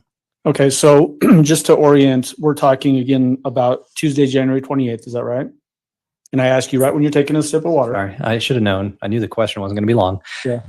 Yes, you are correct. Evening of January 28th. And roughly, I think the first entry that we have on this particular page is 6:51 p.m. Is that right? It is, again, using a tower and sector for Letecia. There's an outgoing call, 2 outgoing calls off of that tower and sector just southwest of the airport, facing back towards the airport. So this would be roughly 24 hours after a phone call was made on Letecia's phone to 911 on January 27th. That's correct. Yes. And then the 7:00 p.m. entries at AP, the Avis car rental, is that again in the airport parking lot area? It is. Yes. Does this indicate travel to the airport in that Kia rental and then getting into the Tiguan, and now we're seeing Tiguan data again? I guess I don't know. I don't recall anyone telling me how Letecia's device made it to the airport, but we clearly see the Tiguan now, powered up and leaving the airport and heading north towards Falcon. So either a vehicle swap or walk to the airport or something like that, and then Tiguan access from that point forward. Correct. Okay. Take you on. And what is up? You may or may not know this, but in that Falcon area, is there a shopping center up in that area where it terminates at 7:27 p.m.? Yeah, I remember looking at that when we were early on in this investigation, still looking for Gannon. And when I looked at Google Earth, it appears there was some sort of strip mall shopping center area near that intersection. Were you aware of any search efforts being conducted based on this type of information? So like this area in the Falcon area, search efforts being conducted there in dumpsters and that sort of thing? I do recall hearing about some search efforts there because it was sort of our last data point, right? We use whatever information we have. If that's the last point, then maybe something happened there. Okay. Moving on to page 38, what are we looking at here? So the same evening, so following that last call, there wasn't any other AT&T activity until 12:53. And based on looking at the records, her phone was disconnected from the AT&T network at that point. And I can say that with some certainty because we don't see any other data sessions or any other things going on that we would traditionally see with her phone if it was active and connected to the network. So placed in airplane mode or turned off would be the 2 primary reasons a phone would be disconnected from a network. The Tiguan, though, as you see here, beginning at 7:57, paints a breadcrumb trail up towards where a board was recovered near Palmer Lake. There's a slight deviation off the main sort of path there for about a half hour at 8:34 through 9:07. We see from the phone extraction of Letecia's device that Albert had sent her a iMessage at 8:16, but was not read by her device until 9:54. So that means that at least at 9:54, her phone had been turned on, but was not connecting to the cellular network. So likely airplane mode. I'm not sure how else it would work. So you said, I just want to delve into this with a little more detail. You said phone disconnected from the network, and you mentioned either airplane mode or turned off. When a phone either is put into airplane mode or turned off, does that require conscious effort by whoever the user is on that phone to get it into either one of those 2 modes? Yes, I guess the asterisk to that would be your battery could die on your phone. That would turn your phone off without user interaction. But the other 2 for sure, you'd have to hold down the power button, or you'd have to swipe down, click the little thing that turns off all your antennas. One thing to note though is when you put your phone in airplane mode, it doesn't necessarily turn off Wi-Fi. It often just turns off cellular. So that could be one reason why you would not see any activity on the AT&T network and why the AT&T network can't see the phone because the cellular antenna is turned off. But the Wi-Fi or Bluetooth could still be active. And the area that we've noted on this particular page 38, the BR or board recovery, that board recovery location, was that provided to you by investigation contacts in this case? Yes, it was. And this doesn't mean that the board was recovered on this particular date, right? It was subsequent some other time. Correct. And if memory serves me, I think we looked at this data and had a reason to go up there and do a search based off of this data, which is when the board was recovered subsequent to it. And from the time that Gannon was reported missing on January 27th at 6:55 p.m., noted by that 911 call from the defendant's phone, is this the first venture into this part of northern El Paso County / southern Douglas County by any of the data points that you analyzed? Yes, it was.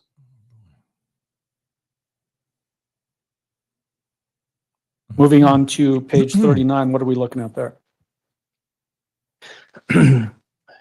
Again, it's just Tiguan data on the later hours of January 28th.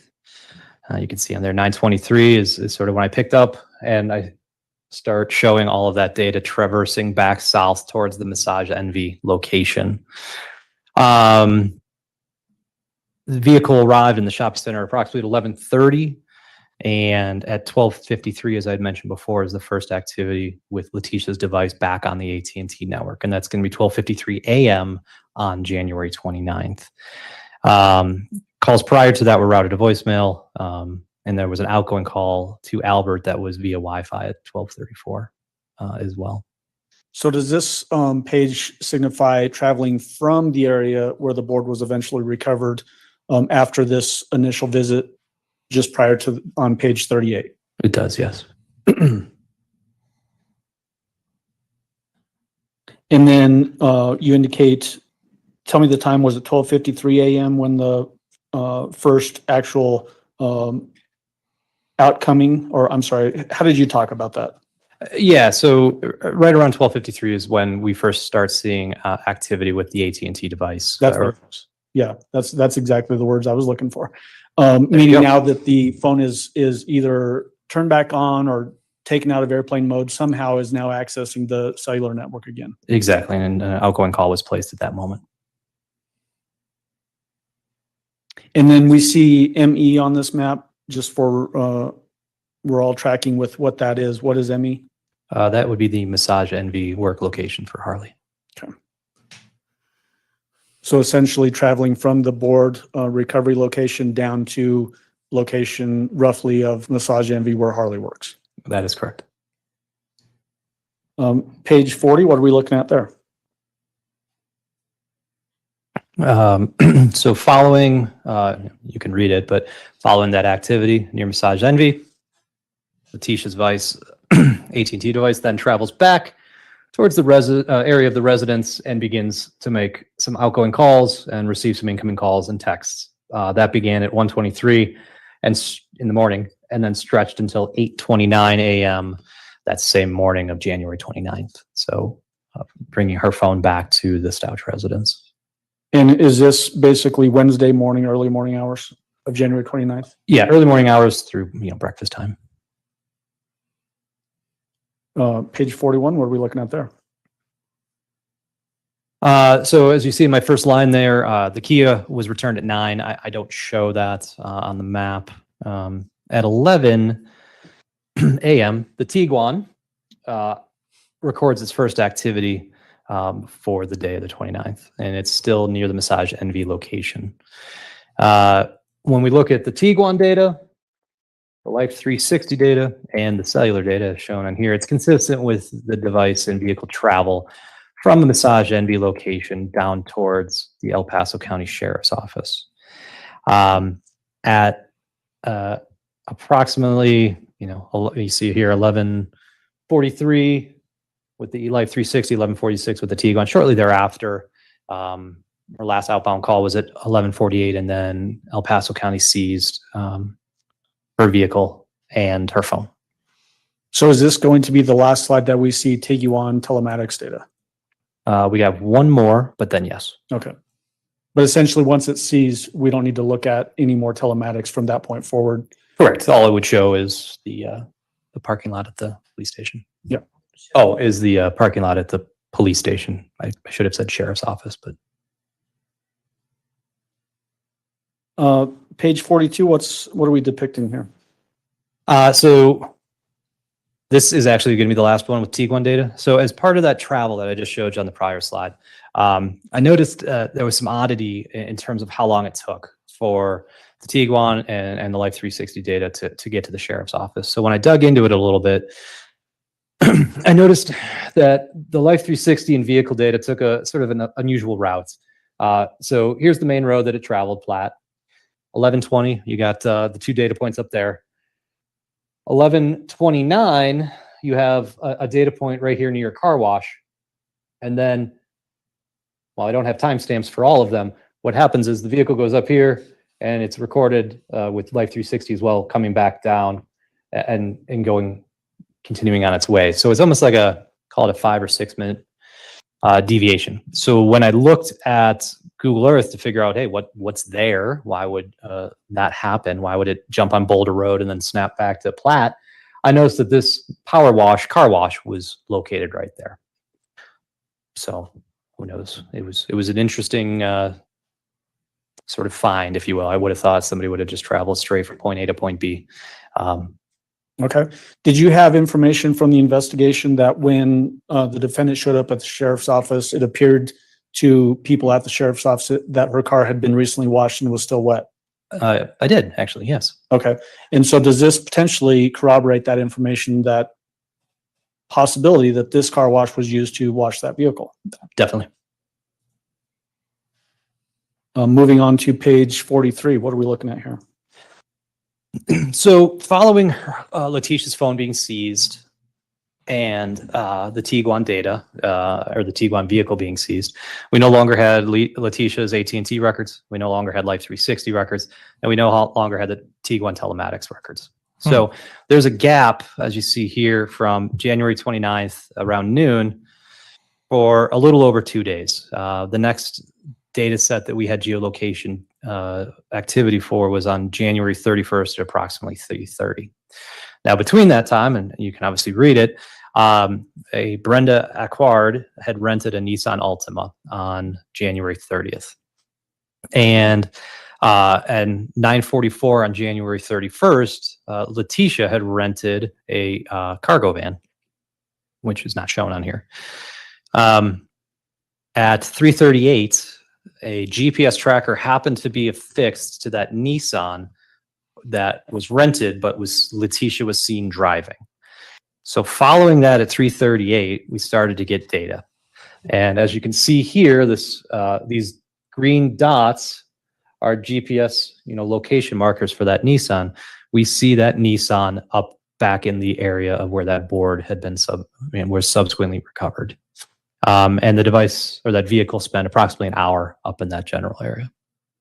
So is this the second trip up to that area in a vehicle associated with the defendant after Gannon was reported missing on the evening of January 27th?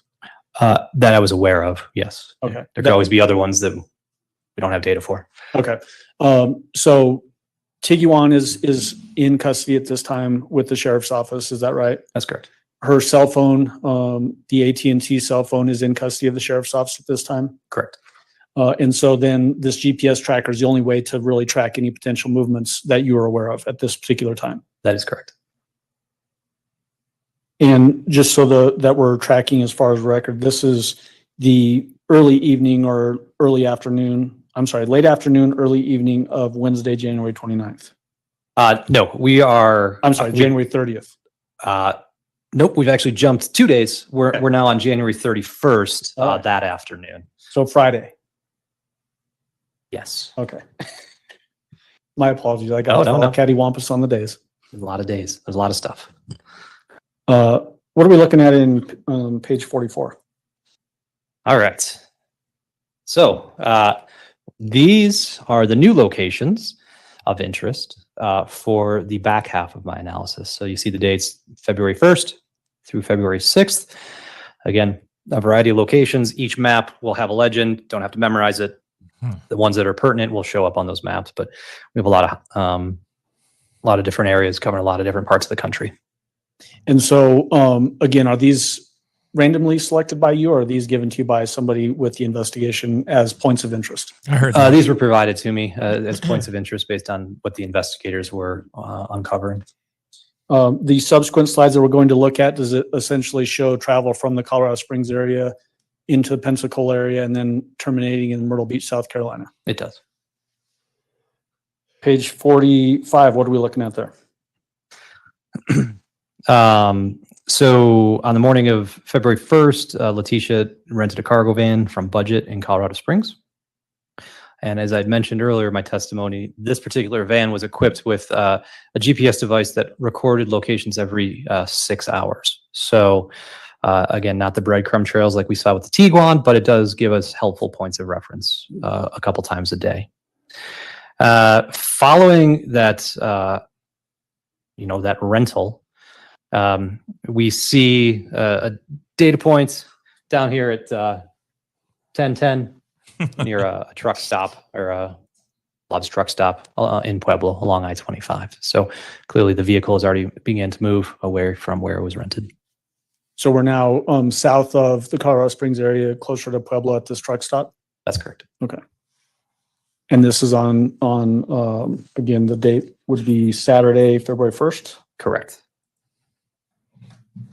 Page 46.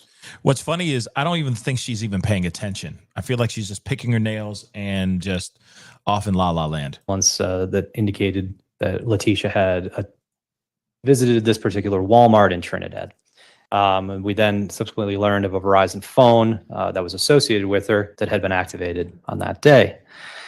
What we're looking at here is Verizon has a unique data set known as RTT, which is essentially a estimated distance from tower measurement. So as long as the Verizon device is powered on, these RTT events are, for the most part, recorded.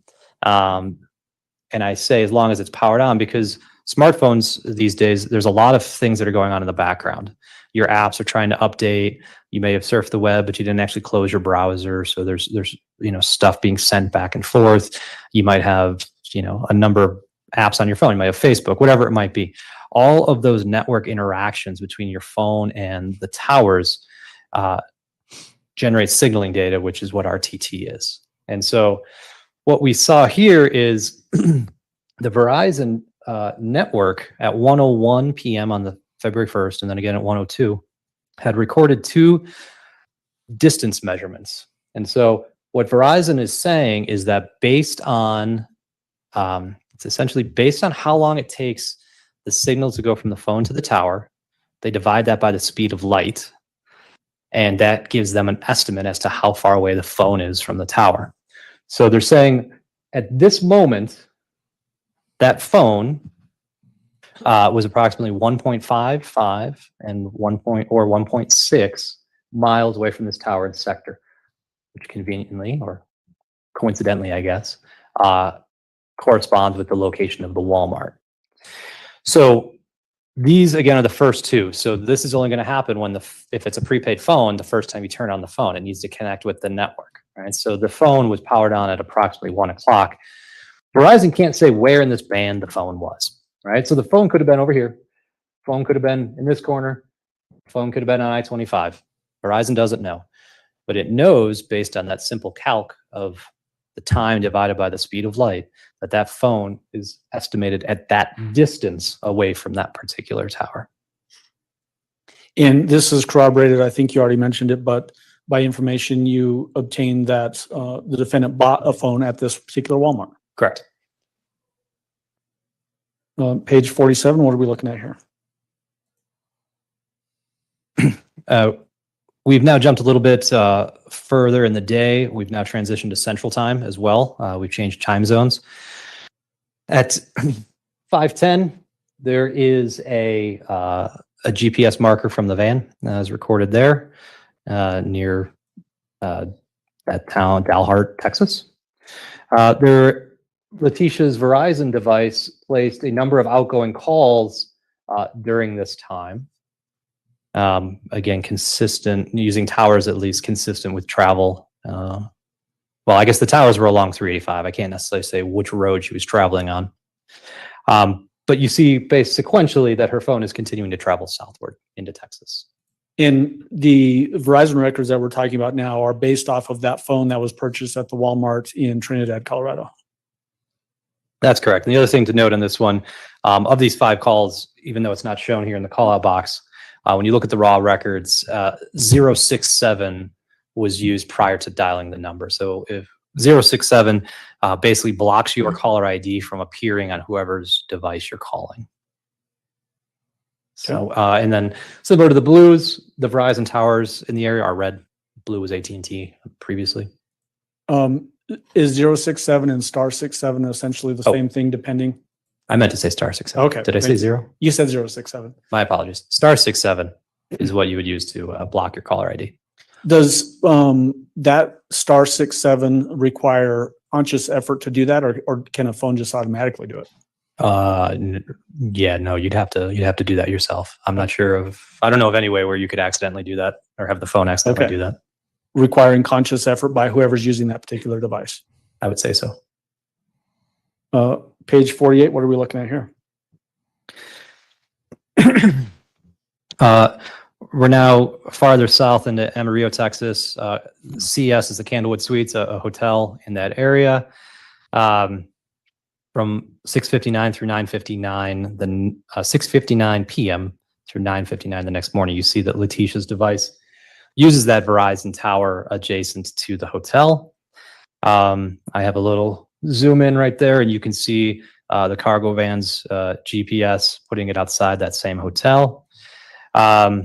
At 7 o'clock, her device also placed an outgoing call to the same hotel. And then financial records support that she had at least rented a room there that night. As I mentioned before, their Verizon records don't give us the cell tower information for text messages. So all we're going to see for Verizon are phone calls or those RTT events, those distance from tower measurements. But her device placed its first outbound user initiated text at approximately 8:38 that night, which went to a 312 Chicago area code. And basically from the area where this Candlewood Suites is located in Amarillo, Texas. Correct. Well, I can't say where the text message came from, but based on the phone activity from her calls, her last call before that was at 8:55, or last call before that was at 7:56. First call after was 8:55. How far can your phone go in 20 minutes, kind of thing? Okay. So generally in the same general area.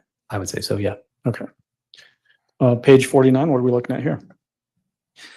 So later in the morning into the afternoon of February 2nd, Letecia's device leaves the Candlewood Suites area and continues traveling southeast, as shown here. So when I zoom out on my maps, it becomes hard to see the sector. So I've replaced them with just these red dots to indicate the cell towers utilized. But you see there's a variety of calls being made, all outgoing in this instance, to a number and a North Carolina phone number ending in 5030. And then all of those other little red dots in the map, are those just other cell towers in that particular area that would show up on this map? Yes, those are other Verizon cell towers in the area that the phone could have utilized if it saw that tower as being best at that moment in time. But the phone shows those towers that have the associated numbers on them. And those towers seem to align with the 287 roadway. Does this indicate, again, just consistent travel southeast through Texas, eventually going down to Pensacola and then Myrtle Beach? Exactly, yes. Page 50, what's depicted here? Same afternoon. We see Letecia's device now approaching Bellevue, Texas. The 6-hour cargo van GPS marker shows up there at 5:10. She uses that same tower for an outgoing call at 5:27 with that same 5030 number, which was associated with an Amy Lowry. But long and short is this is just consistent with her device continuing to travel south, utilizing towers along the 287 roadway.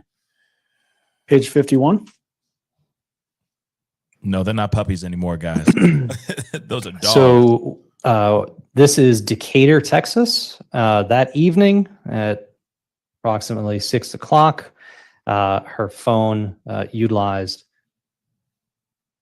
that tower and sector at 607, facing back towards the Candlewood Suites. Again, there's a GPS marker as shown at 11:10. But a variety of activity through the 3 towers shown by Letecia's phone. Again, multitude of outgoing calls to that same 5030 number. Of note, when I looked at some of the activity, there was a 45-minute call with a number coming back to an Abernathy residence, followed immediately by an 83-minute call with that same Amy Lowry. And when I looked back throughout the day of February 2nd, Letecia had spent nearly 5 hours speaking with that Amy Lowry number ending in 5030. And the 3 hotels that are going to be denoted in these slides, are they all Candlewood Suites? 99% sure, but I just wanted to double check. So the one in Amarillo and now the one in Decatur and then in Pensacola? Correct. Okay. Page 52, what are we looking at here? All right. So now the morning of February 3rd, Letecia's device has some activity around 9 a.m. through that tower, just through a tower just north of the Candlewood Suites. Overnight, you saw the budget rent-a-truck pings that are, right there near the Candlewood Suites as well. Shortly after that, around 11:23, you start to see her phone traveling because we have an outgoing call using this tower and sector here, which is far south of the suites, and then this one over here at 11:25. As you see, there's not a lot of stuff going on there. You just got a Verizon tower here and a Verizon tower there. There's nothing really in between. Not much going on in that part of Texas, apparently. Probably, well, the carriers put in towers where they have customers, right? Yeah. Because every tower can only handle a certain amount of phones. So that would tell me there's probably not a lot of Verizon customers right there. Okay. Page 53, what are we looking at here?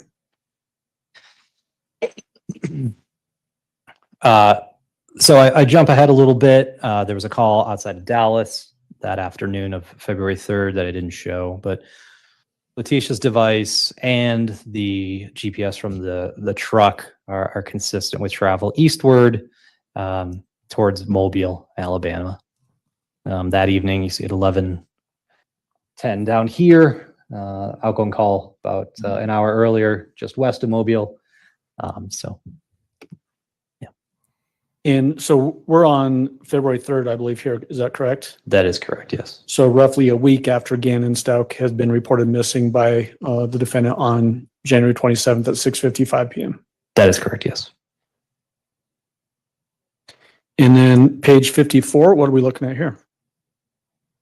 So this Candlewood Suites is in Pensacola, and we see her device, the Verizon device, show up with first recorded data session at approximately 12:39 a.m. the morning of February 4th. We have some outgoing activity the next morning, like later that morning around 9:47, but at 4:15, we have a GPS marker from the cargo van. And if you remember that the cargo van flags every 6 hours, but it also has a power-up event once a day that occurs at not a consistent period. It was traditionally in the morning, but not at the same moment. So this event at 4:15 puts this cargo van approximately 1.8 miles away from where it subsequently records a GPS marker at 5:10, so approximately 55 minutes later. As you see in the red icon up there is where Gannon's body was subsequently recovered there in Pensacola. Yeah. Okay. Let me just make sure that we got everything I want to get out of this particular slide.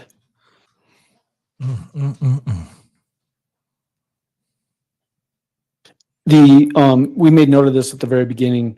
When we're talking about 4:15 a.m. or 5:10 a.m., this is local to the Pensacola area. That is correct. Yes. These times. Okay.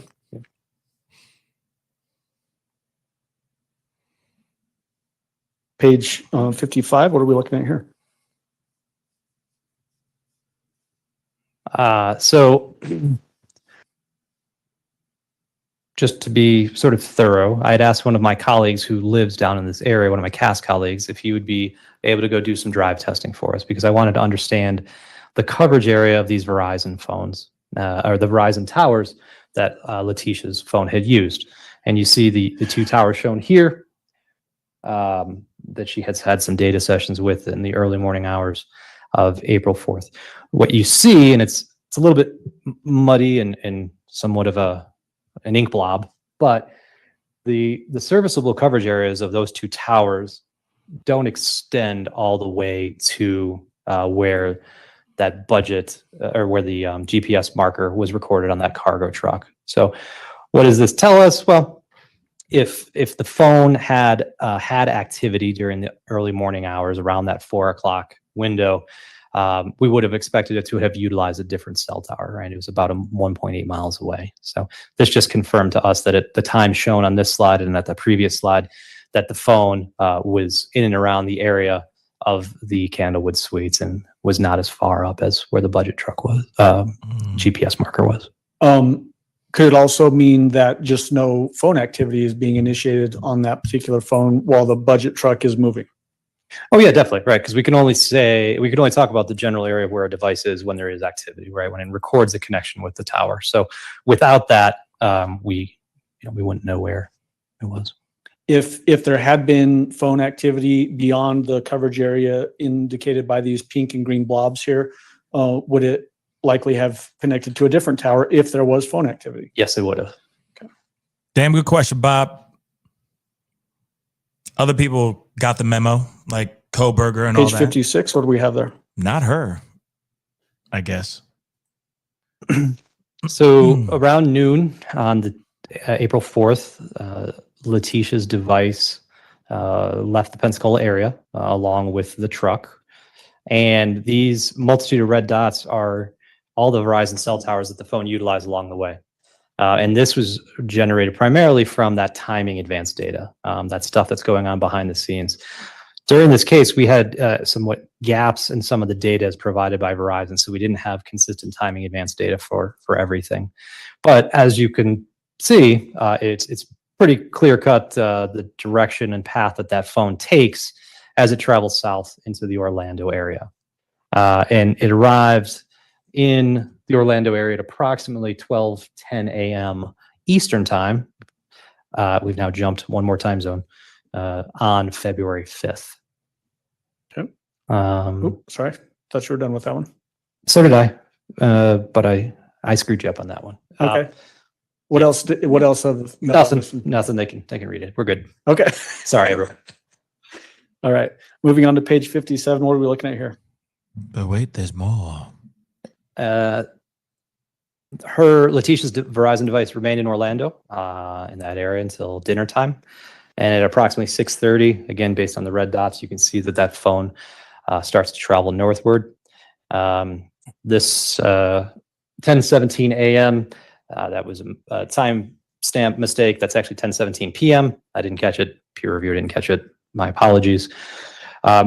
As I mentioned, there was gaps in the data. So once that phone traversed into Georgia, we didn't actually get any more RTT data. But we do see at 10:12 a.m. On February 6th, that the truck is at least now outside of Savannah, Georgia, technically in Pooler, Georgia. So we have van data down in the Orlando area at 6:10 a.m. and then again at 12:10 a.m., signifying that 6-hour gap when it would do the drop of breadcrumb. That's correct. Yes. Okay. Yeah. Anything else of note on this one before I move on? Nope. They can read it? Yeah. Okay. Page 58, what are we looking at there? So we're now morning, a little later in the morning on February 6th. Letecia's phone utilized a tower down here at 5:20 for some outgoing calls. At 10:42, it utilized that tower and sector facing the Abernathy residence for some outgoing calls. You see the GPS pings from the device or from the vehicle. There's a budget rental location down there, which is where the vehicle was subsequently dropped off. that star 67 that I mentioned before, these outgoing calls on this day also had that star 67 to block the caller ID to the person answering it. And there was a total, Letecia's device had 73 text messages recorded by Verizon. Again, we don't get the cell tower, but we at least know that there's a decent amount of activity going on with her device during this period. It just dawned on me to be a little more clear on the star 67. If I put star 67 into my phone and then I call you, what's it going to show up on your end? I think each carrier handles it a little bit differently, but typically it says like private number or blocked number or no caller ID available. So it essentially, if somebody on the outgoing call phone puts in star 67, it's to block the receiver from seeing who the call is coming in from. That's correct. Okay. Page 59, what do we got there? The overview slide. So going back to February 1st, bringing it all the way through to February 6th, here's all the various GPS or location data that existed during the time. So we have Letecia's Verizon phone, and we have the rental truck's GPS. And so that is what you see here, bringing it from Colorado Springs area all the way down to Florida and then up into the Myrtle Beach area. In spreading across basically from February 1st all the way to February 6th, so roughly 5 days worth of travel. That's correct. That sort of travel route, would that require multiple stops along the route in a gas-powered vehicle like what this van was Oh yeah. to get gas? Use gas, use the bathroom, eat. Okay. Yeah. All right. Let me just check with my colleagues to make sure I didn't miss anything. That's all I have. Thank you. Okay. Mr. Fellini, cross-examination. Pardon? Do any of the jurors have any questions for? That's interesting too. Hearing if the jury has No? All right. questions. Thank you, sir. You may step down. Thank you very much. Hearing if the jury has questions, that's interesting, in my personal opinion. What else do they got? Stepping down, I'm just going to think that's what it's. Thank you for all that information. Prosecution, call your next witness, please. Morning, Your Honor. We'd call Dr. Christine Moore. Who next?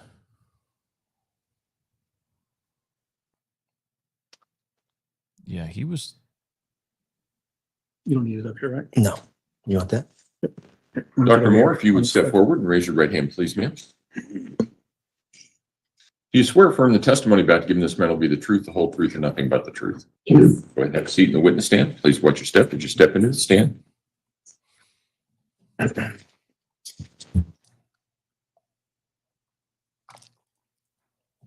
Mr. Young, on the matter that we talked about earlier, qualify the witness first, and then I'll give the instruction. Sounds good, Your Honor. Good morning. Good morning. Could you please introduce yourself to the jury and spell your last name for the record? Sure. I am Dr. Christine Moore, M-O-H-R. And what is your occupation? Currently, I am a clinical program director for Larned State Hospital's Sexually Violent Offender Treatment Program. And how did you get the title doctor?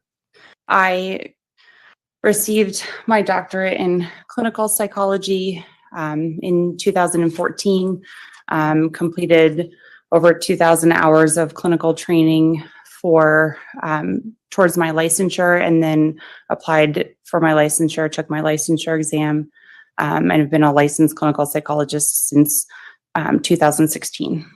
And what kind of roles have you had, jobs have you had as a clinical psychologist? Typically, I've worked in psychiatric hospitals, jails, prisons. I've been a forensic psychologist, so conducting sexual and violent risk evaluations, sexual predator evaluations, parole evaluations, assisted with civil commitment for individuals who are mentally ill. So worked in a variety of settings. And in those variety of settings, have you both treated patients and also done forensic examinations of patients? Yes. Could you distinguish those two for the jury? What are we talking about when we say clinical examination? So a clinical examination is typically something, an evaluation where you're looking to provide a diagnosis or understanding of what could be concerning about that person, what sort of mental illness might they meet criteria for. Whereas a forensic setting, you're typically looking, again, maybe assessing for risk, any sort of violence risk, sexual risk. You assess for faking mental illness, so feigning illnesses. Also forensic wise, in some of my prior roles, I've conducted pre-sentence evaluations, lack of mental state or insanity evaluations, competency evaluations, pre-sentence evaluations. So again, you're kind of looking to assess somebody's, you're either wanting to diagnose and help develop a treatment plan, or ultimately look and assess somebody's risk in more of a legal setting.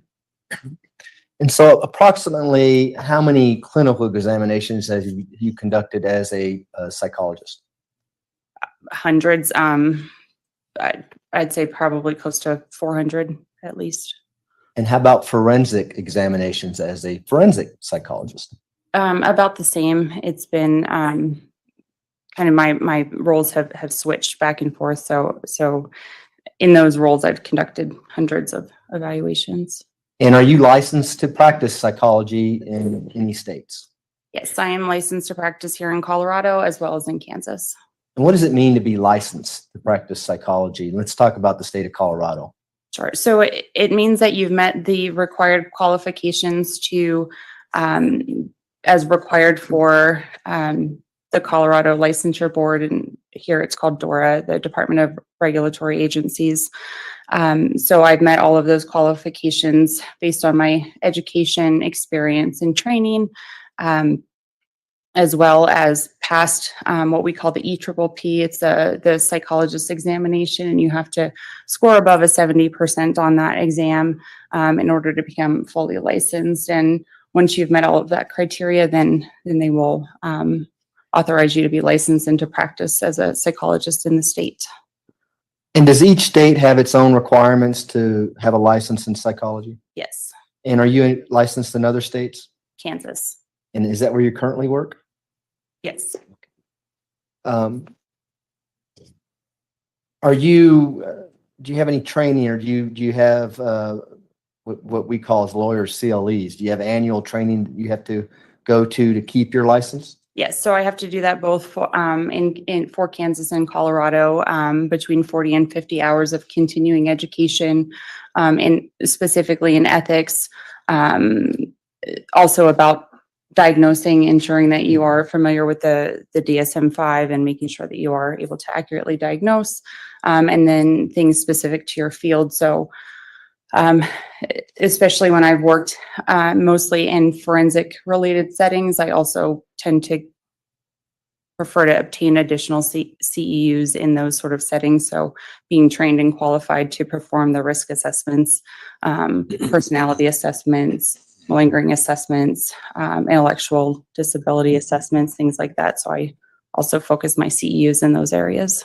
And you mentioned the DSM-5. What is the DSM-5? That is a diagnostic and statistical manual. So it's in the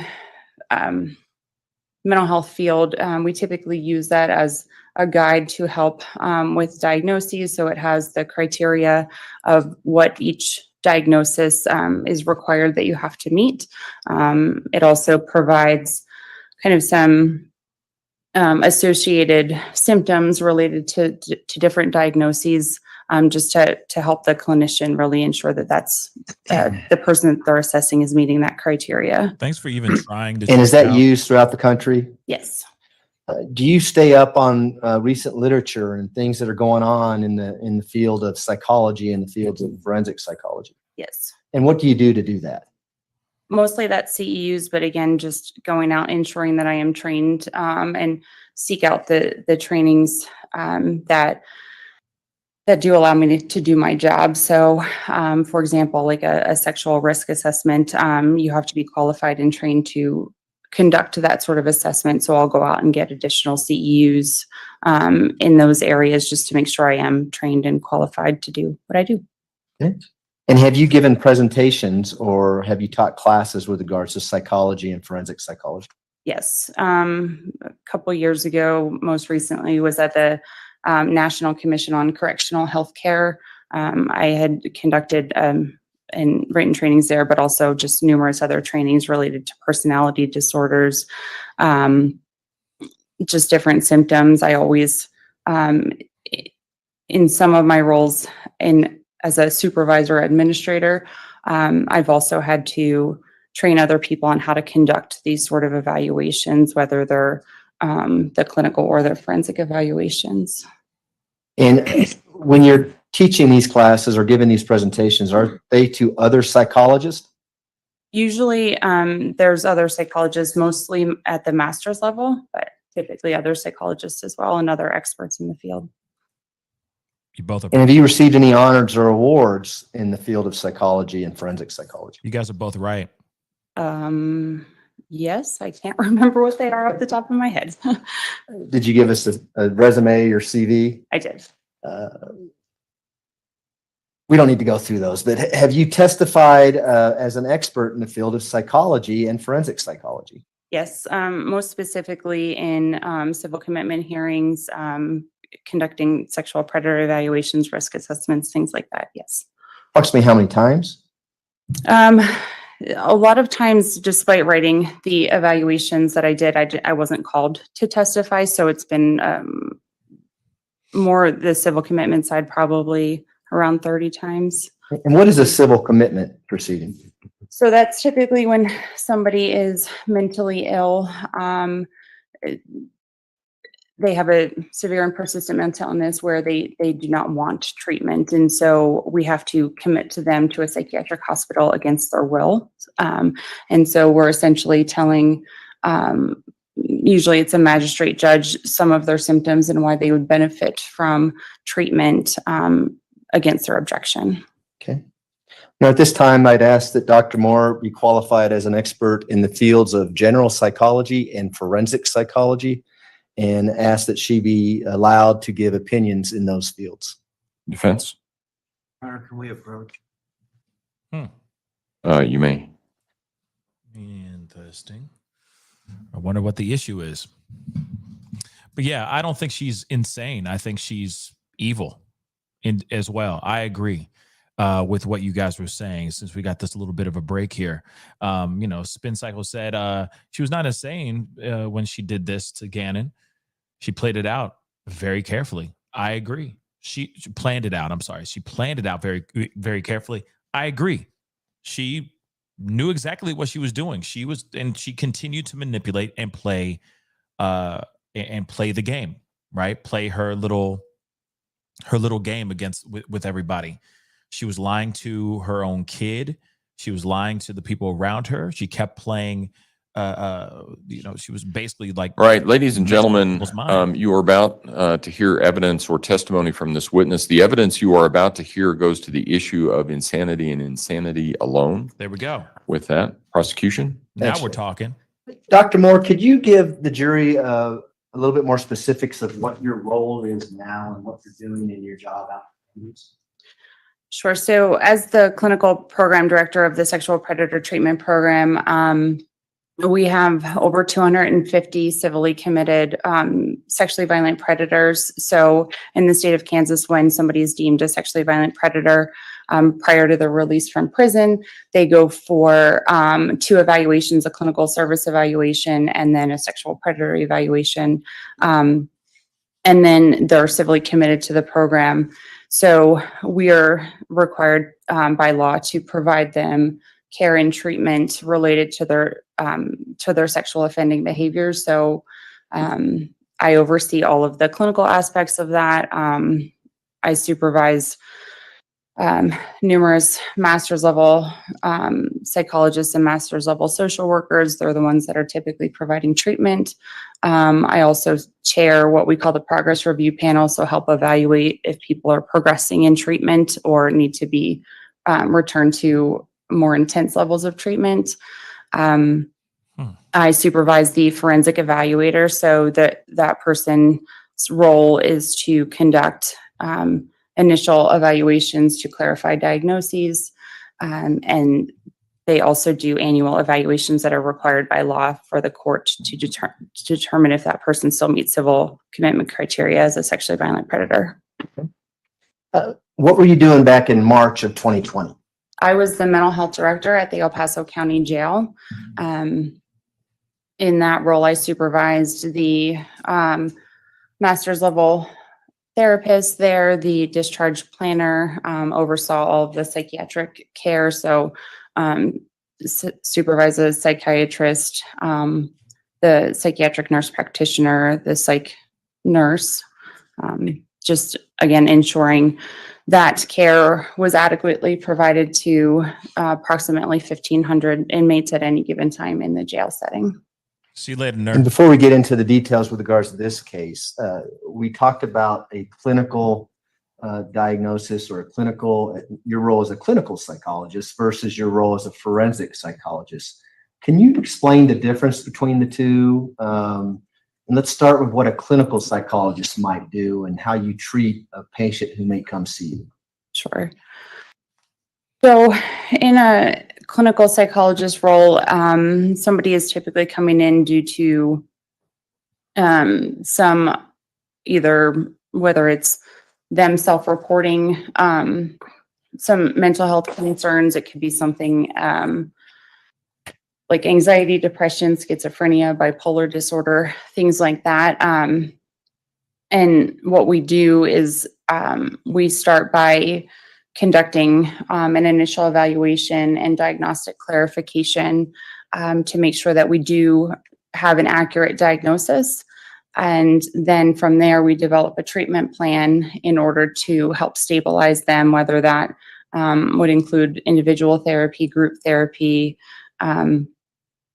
We might refer them to a psychiatrist for medication management as well, and then typically try to work with a team in the sense of whether nursing staff are involved. Like I said, the mental health staff, psychiatry, just trying to have a pretty collaborative approach to somebody's needed treatment. And in a clinical setting, are you relying much like a medical doctor may do on what the patient's telling you, at least at the beginning, to see how that mental illness may be treated? Yes. So typically we will ask them kind of a broad series of questions to cover any potential diagnoses. So kind of casting a wide net to see what concerns that they have. And then if it's pretty clear what their diagnosis is, we'll kind of hone into that area. So maybe they report, for example, that they're depressed and they meet criteria for a major depressive disorder. And we'll go in and develop a treatment plan specific to that. If we are not sure, or they might have symptom overlap, which tends to be common.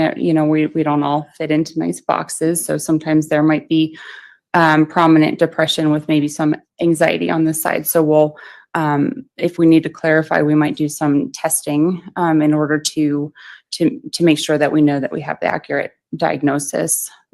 And this diagnosis that you're making, you alluded to, if it fits the criteria or words to that effect. What do you refer to see what the criteria is for any given specific mental illness? The DSM-5. And within the DSM-5, is that where the criteria might be listed for whatever mental illness you're looking at? Yes. And do you use that in a clinical setting to make a diagnosis as to whether or not someone actually has a mental illness? Yes. Now, before we talk about the forensic psychologist evaluation, is there any cautionary statement in the DSM-5 and the use of that manual with regards to forensic evaluations? Yes, you always want to make sure especially in a forensic setting, to be very cautious, because in forensic settings, just by the nature of them, there could be some ulterior motive or gain. So you want to be extra sure and clear, make sure you are clarifying that is in fact, the correct diagnosis that you are going to then provide treatment for or write in an evaluation report that goes to the court per se. And is that statement in the DSM-5, or do you know why it's in there with regards to forensic interviews? Just because of the nature of them and because people can have a tendency to maybe elaborate or exaggerate maybe fake symptoms of a mental health diagnosis, so that way that they are deemed they're not taking full responsibility. They're kind of blaming it on maybe a mental health diagnosis as opposed to their true own behavior. Well, I understand you correctly, is the clinical setting, they may not have as much to gain or lose by what they're telling you versus a forensic setting. They might be motivated to tell you something because they have something to gain. Is that a fair statement? Yes. And is that why, for instance, in a forensic setting, would you rely on everything a prospective patient might tell you, or would you want to look at collateral information to see whether or not that makes sense? It is very pertinent to look at the collateral information. So yeah, you would take that person's self-report. If you could talk to any family members, if you could obtain prior records to, again, confirm. You also do assessments that have validity scales in them. So most, let's say, personality assessments, they have embedded in them certain questions that will detect if someone is feigning or faking symptoms or over-exaggerating under reporting symptoms. So we do that. And then there's also a specific set of tests that are specific for, again, malingering or faking symptoms. So I've been trained in those assessments as well. And again, we'll typically use those to just confirm or refute a diagnosis. Okay. I want to go back to March of 2020 in your role at the El Paso County Jail. As part of that role, were you one of the individuals who might screen inmates as they come in of serious criminal charges? Yes. For instance, inmates who are charged with first-degree murder, is there a process that they go through when they come through the jail? The process is typically consistent for almost anyone coming in the jail. The first thing that we do is a receiving screening that the nursing staff will do. And so they kind of go through, get all of the baseline or historical medical concerns, kind of do a brief suicide assessment, initiate any mental health or psychiatric referrals. And then if it's maybe somebody who's a little bit more concerning, they will be referred for a mental health assessment, typically within 24 hours. At the latest, it would be at 7 days. So everybody would come in, have the receiving screening, and an initial mental health assessment. And why do you do this mental health screen with inmates, particularly inmates that are charged with first-degree murder? To ensure that whatever anybody is coming into the jail for, that we can adequately care for and manage any symptoms. In a higher profile case, given my higher level of licensure compared to most of my team that worked there, they were mostly master's level clinicians. I typically would try to meet with those individuals that have higher profile crimes, just because I have a pretty extensive history working in that forensic setting and providing diagnoses. So that's why I would typically go see somebody, and specific for higher profile crimes, because of the nature of them, we always want to ensure somebody's safety. So typically people who come in, again, with higher level crimes, I'll, as a safety precaution, put them on suicide watch initially, just to ensure that, given the nature of the crime, sometimes in and of itself going to jail is traumatic. It's kind of a scary place.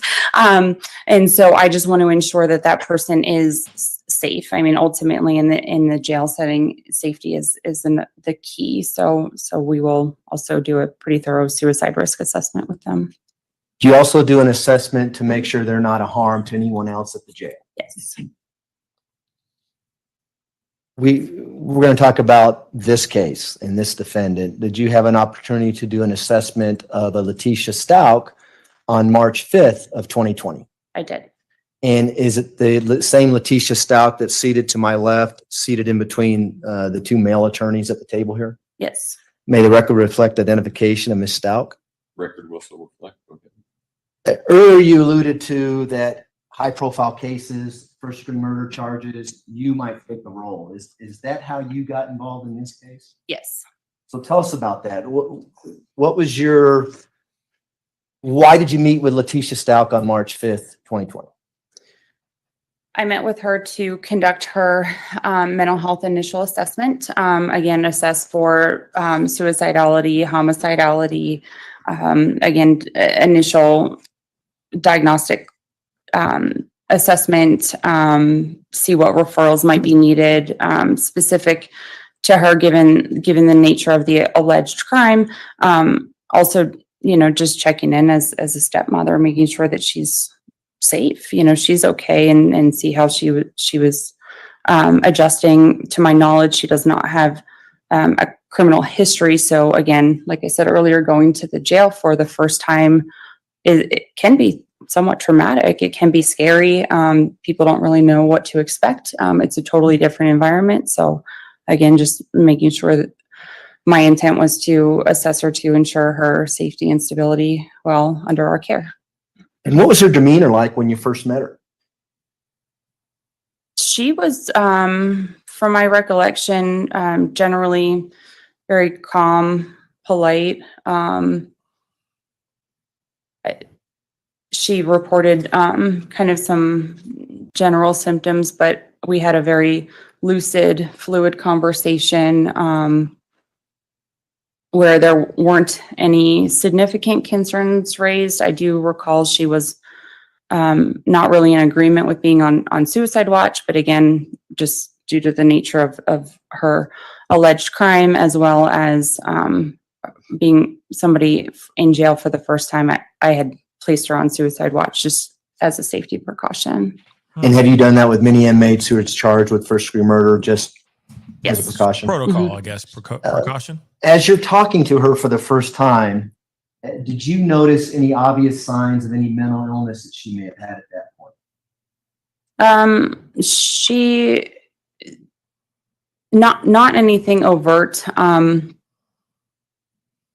Again, just being in jail, I think everyone can be a little bit anxious or nervous. I do recall her reporting a history of a generalized anxiety disorder diagnosis. So that seemed fairly consistent. Her self-report that seemed consistent with how she was presenting. And as part of your role at the jail there is to prescribe medication that the inmate might need if they do have a mental illness? My role is not to prescribe. I'm not licensed to prescribe medication, but what I do is put a referral in for somebody to see the psychiatrist. If somebody comes in with prescribed medications that we can verify, then the nursing staff can call the doctor and get those medications started, or the doctor can meet with them and start the medication themselves. And do you know whether or not that was done with regards to Ms. Stauch?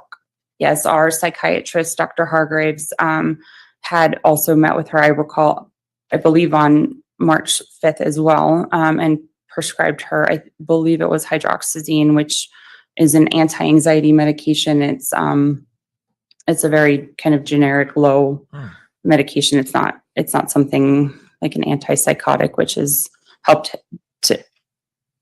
to kind of prevent some symptoms. It just kind of helps calm down your anxiety a little bit. And I still want to stay on the March 5th, 2020, your first meeting with Ms. Stauch. Are you also, is this a kind of a clinical evaluation at this point? Are you also evaluating if there's anything or some mental illness that she might need that you can either refer out or facilitate at that moment? Yes. And as part of that evaluation, do you ask her if she has any mental illnesses? Yes. And how did she respond to that? She had reported having the prior diagnosis of generalized anxiety disorder. As you already alluded to? Did she mention any other potential disorders that she might have? Not that I recall. Did you see any signs of any mental illness other than what she was telling you about the generalized anxiety? No. And when I talk about signs, what does that mean to you? Signs or symptoms, typically when people Good point. have a mental illness, they will have, you can kind of see it. So let's say, for example, somebody could be responding to internal stimuli, and that might be consistent with more of a psychotic disorder. None of that was observed. So sometimes they might be looking around at the room or talking to themselves under their breath. They might seem very sullen or depressed or uncontrollable crying. They might be having more of a manic sort of mood episode. So they might be talking very rapidly. So just a lot of behavioral observations. So speech, affect, body presentation, things like that. We just look at all of that in order to determine a sign or symptom. And why is the term psychosis kind of what you're describing, where they're looking around and acting like someone's there who's not there, or hearing voices that you can't hear, that only they can hear, that kind of thing? Yes. Why are you looking for that, or why is that relevant in your evaluation, and particularly with Ms. Stauch when you first met her on March 5th? That's going to play in how we're going to treat her. So somebody who might be psychotic, so to speak, we might need to, again, just to put them in a potentially restrictive housing. If their behavior is very erratic, we might need to bump up a psychiatric referral, monitor medication compliance if they're prescribed medication, just to ensure that stability.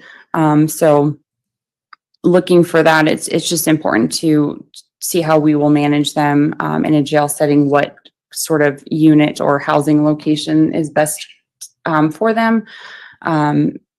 And again, just to see how often we might need to follow up with them. Okay. Is psychosis, where you're hearing things or seeing things that aren't there, is that tied to a severe mental illness? Did you see that in someone? Yes. And is that one of the things you might be looking for when you meet anybody in your initial diagnosis, or someone who's entered at the jail for first-degree murder? See that, you may have to go to a plan B, C, or D. Mm-hmm. Yes. And you didn't see any of that with Ms. Stauch when you first met her? I did not. Did you ask Ms. Stauch about whether or not she had any outpatient treatment for any mental illnesses?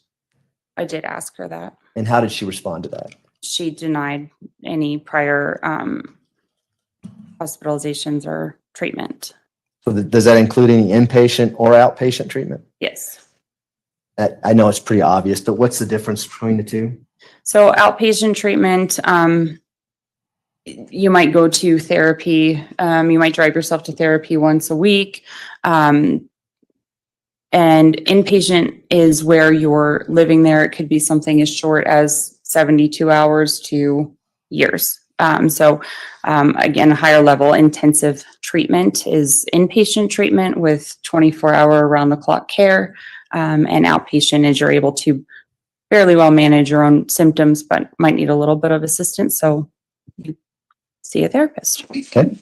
Now, if she would have said that, hey, I had inpatient treatment before I was hospitalized for whatever mental disorder, would you have taken additional steps to see what you needed to do within the jail to help her? Yes. No need to do that in this case? Correct. As you're talking to Ms. Stauch, and we're going to get into several days where you met with her, how are you documenting your meetings? I always, when I would go to the unit, I would take a pen and paper with me, a little notepad, and I would write down my notes. I would quote things that people said, write down my behavioral observations of that person, and then I would go back to our office area where there was a computer and document that in our electronic medical record system. And would you document things so that others can see those, particularly in the jail? If, for instance, you mentioned the psychiatrist wanted to come see her, they could look at your notes and get a historical documented path of what's been going on, Ms. Stauch. Yes. And does that go for all the way to today? You know that she has pled not guilty by reason of insanity. Can other doctors look at your notes and use that in determining whether or not Ms. Stauch is sane or insane? Yes. Did you also note whether or not any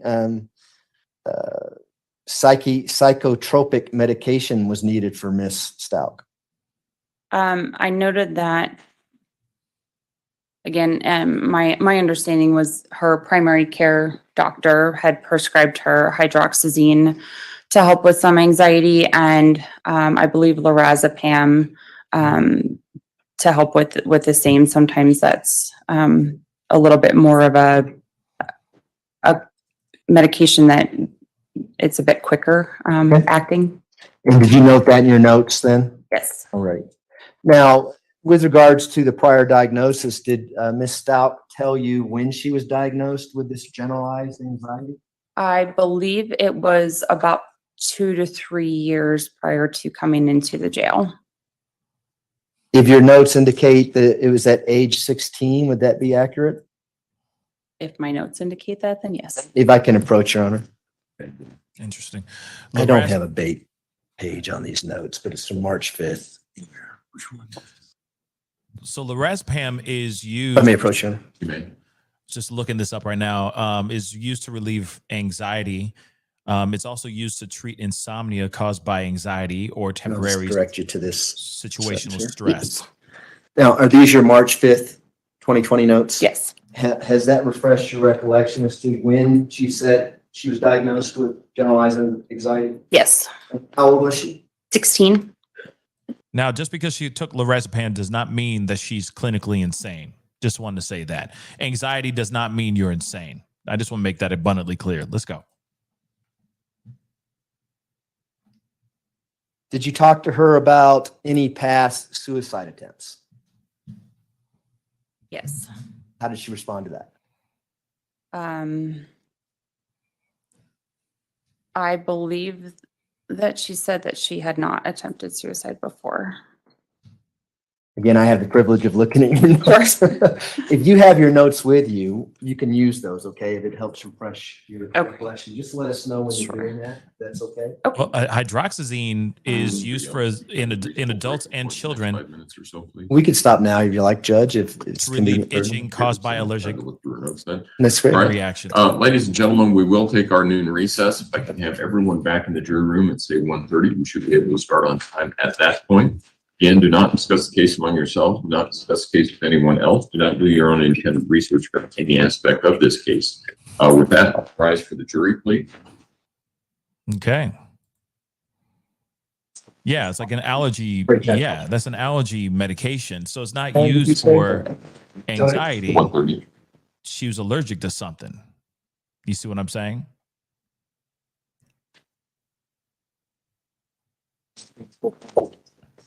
And then, of course, lorazepam is used for anxiety. Just so you guys know. So, Thank you. May all be seated. Record should reflect the jury has left the courtroom. Dr. Moore, you can put that. Word. So, All right, court will be in recess. Thank you. So I'm just. for an hour and a half, it looks like. Just about. Allegedly. Okay. But very interesting information. I mean, obviously she's going to continue. They're going to continue with this forensic psychologist and everything, trying to see what she says about about Letecia and what she diagnosed, or what is her conclusion of all this. Okay. But at the same time, she really, they've recently started using hydroxyzine for anxiety. That's interesting, because I'm looking here, and I mean, if you just throw it in the Google search, it says that it's being used for like allergies. Hold on, I'm going to show this to you guys. I mean, this is just a quick. This is just a quick Google. Hydroxyzine is used in adults and children to relieve itching caused by allergic skin reactions. It's also used alone. It also is used alone or with other medications in adults to relieve anxiety and tension. So that's very interesting.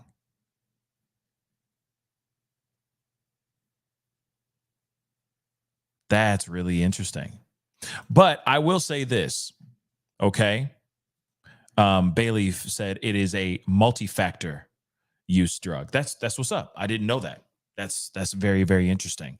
You know, I've only heard about hydroxyzine like maybe once or twice, and it was literally over like a skin rash type thing, you know, allergies, that type of thing. Same thing with the lorazepam. I've only heard about that for anxiety, but that does not mean, and just because somebody takes a medication for anxiety does not automatically mean, I mean, obviously they're not done with their their questioning of this particular witness, this expert witness. But at the same time, just because you take a little bit of medication for anxiety does not mean that you're clinically insane, or that you would go off and do something to a little boy and then put his body in a suitcase and then dump him off the side of a bridge in Florida. No, it to me, it still doesn't work for me. So obviously they're going to ask and talk to this forensic psychologist even more, just trying to find out exactly what their diagnosis of this woman is. And it'll be interesting when it does come out. Let me check here really quick. I just want to make sure, because, you know, they said 15 minutes, and then it ended up they put on the timer 35 minutes. It was all one big fat ass lie. But I am curious about what the time is going to be. They say it's an hour and a half from now. Allegedly an hour and a half, they come back and they're going to be rocking and rolling again. But this is their lunchtime. And so, like I told you guys before, this is where, yep, and they show it right here. It's an hour and a half. It is literally going to be an hour and a half. Timer just went off, okay? Or it has just started. So the thing is like I said to you guys before, I am going to be, I said I was going to only play the first half of this, because I do have an interview coming up at 4 that I want to share with you guys, or not an interview, but a discussion over the Brian Kohberger information, the subpoena with Bethany as an alleged material witness, which is still something that I'm still trying to wrap my mind around. I still find that extremely shocking, that she's being brought in, especially with all the information that we've heard, why she's being brought in. Could this be something that could she help set Brian Kohberger free in just this preliminary hearing? Okay, because, you know, the preliminary hearing is there to see if they're going to go further in an actual full-on trial. She can go up there, and if the defense asks the right questions, this could be a wrap. Defense could ask the right questions, and then suddenly it'll be like, yeah, we don't have a case here. Prosecution doesn't have a case here. I know that's very, very far-fetched, because they got a lot of evidence. The prosecution does have a lot of evidence, but it does make you wonder, what does Bethany know?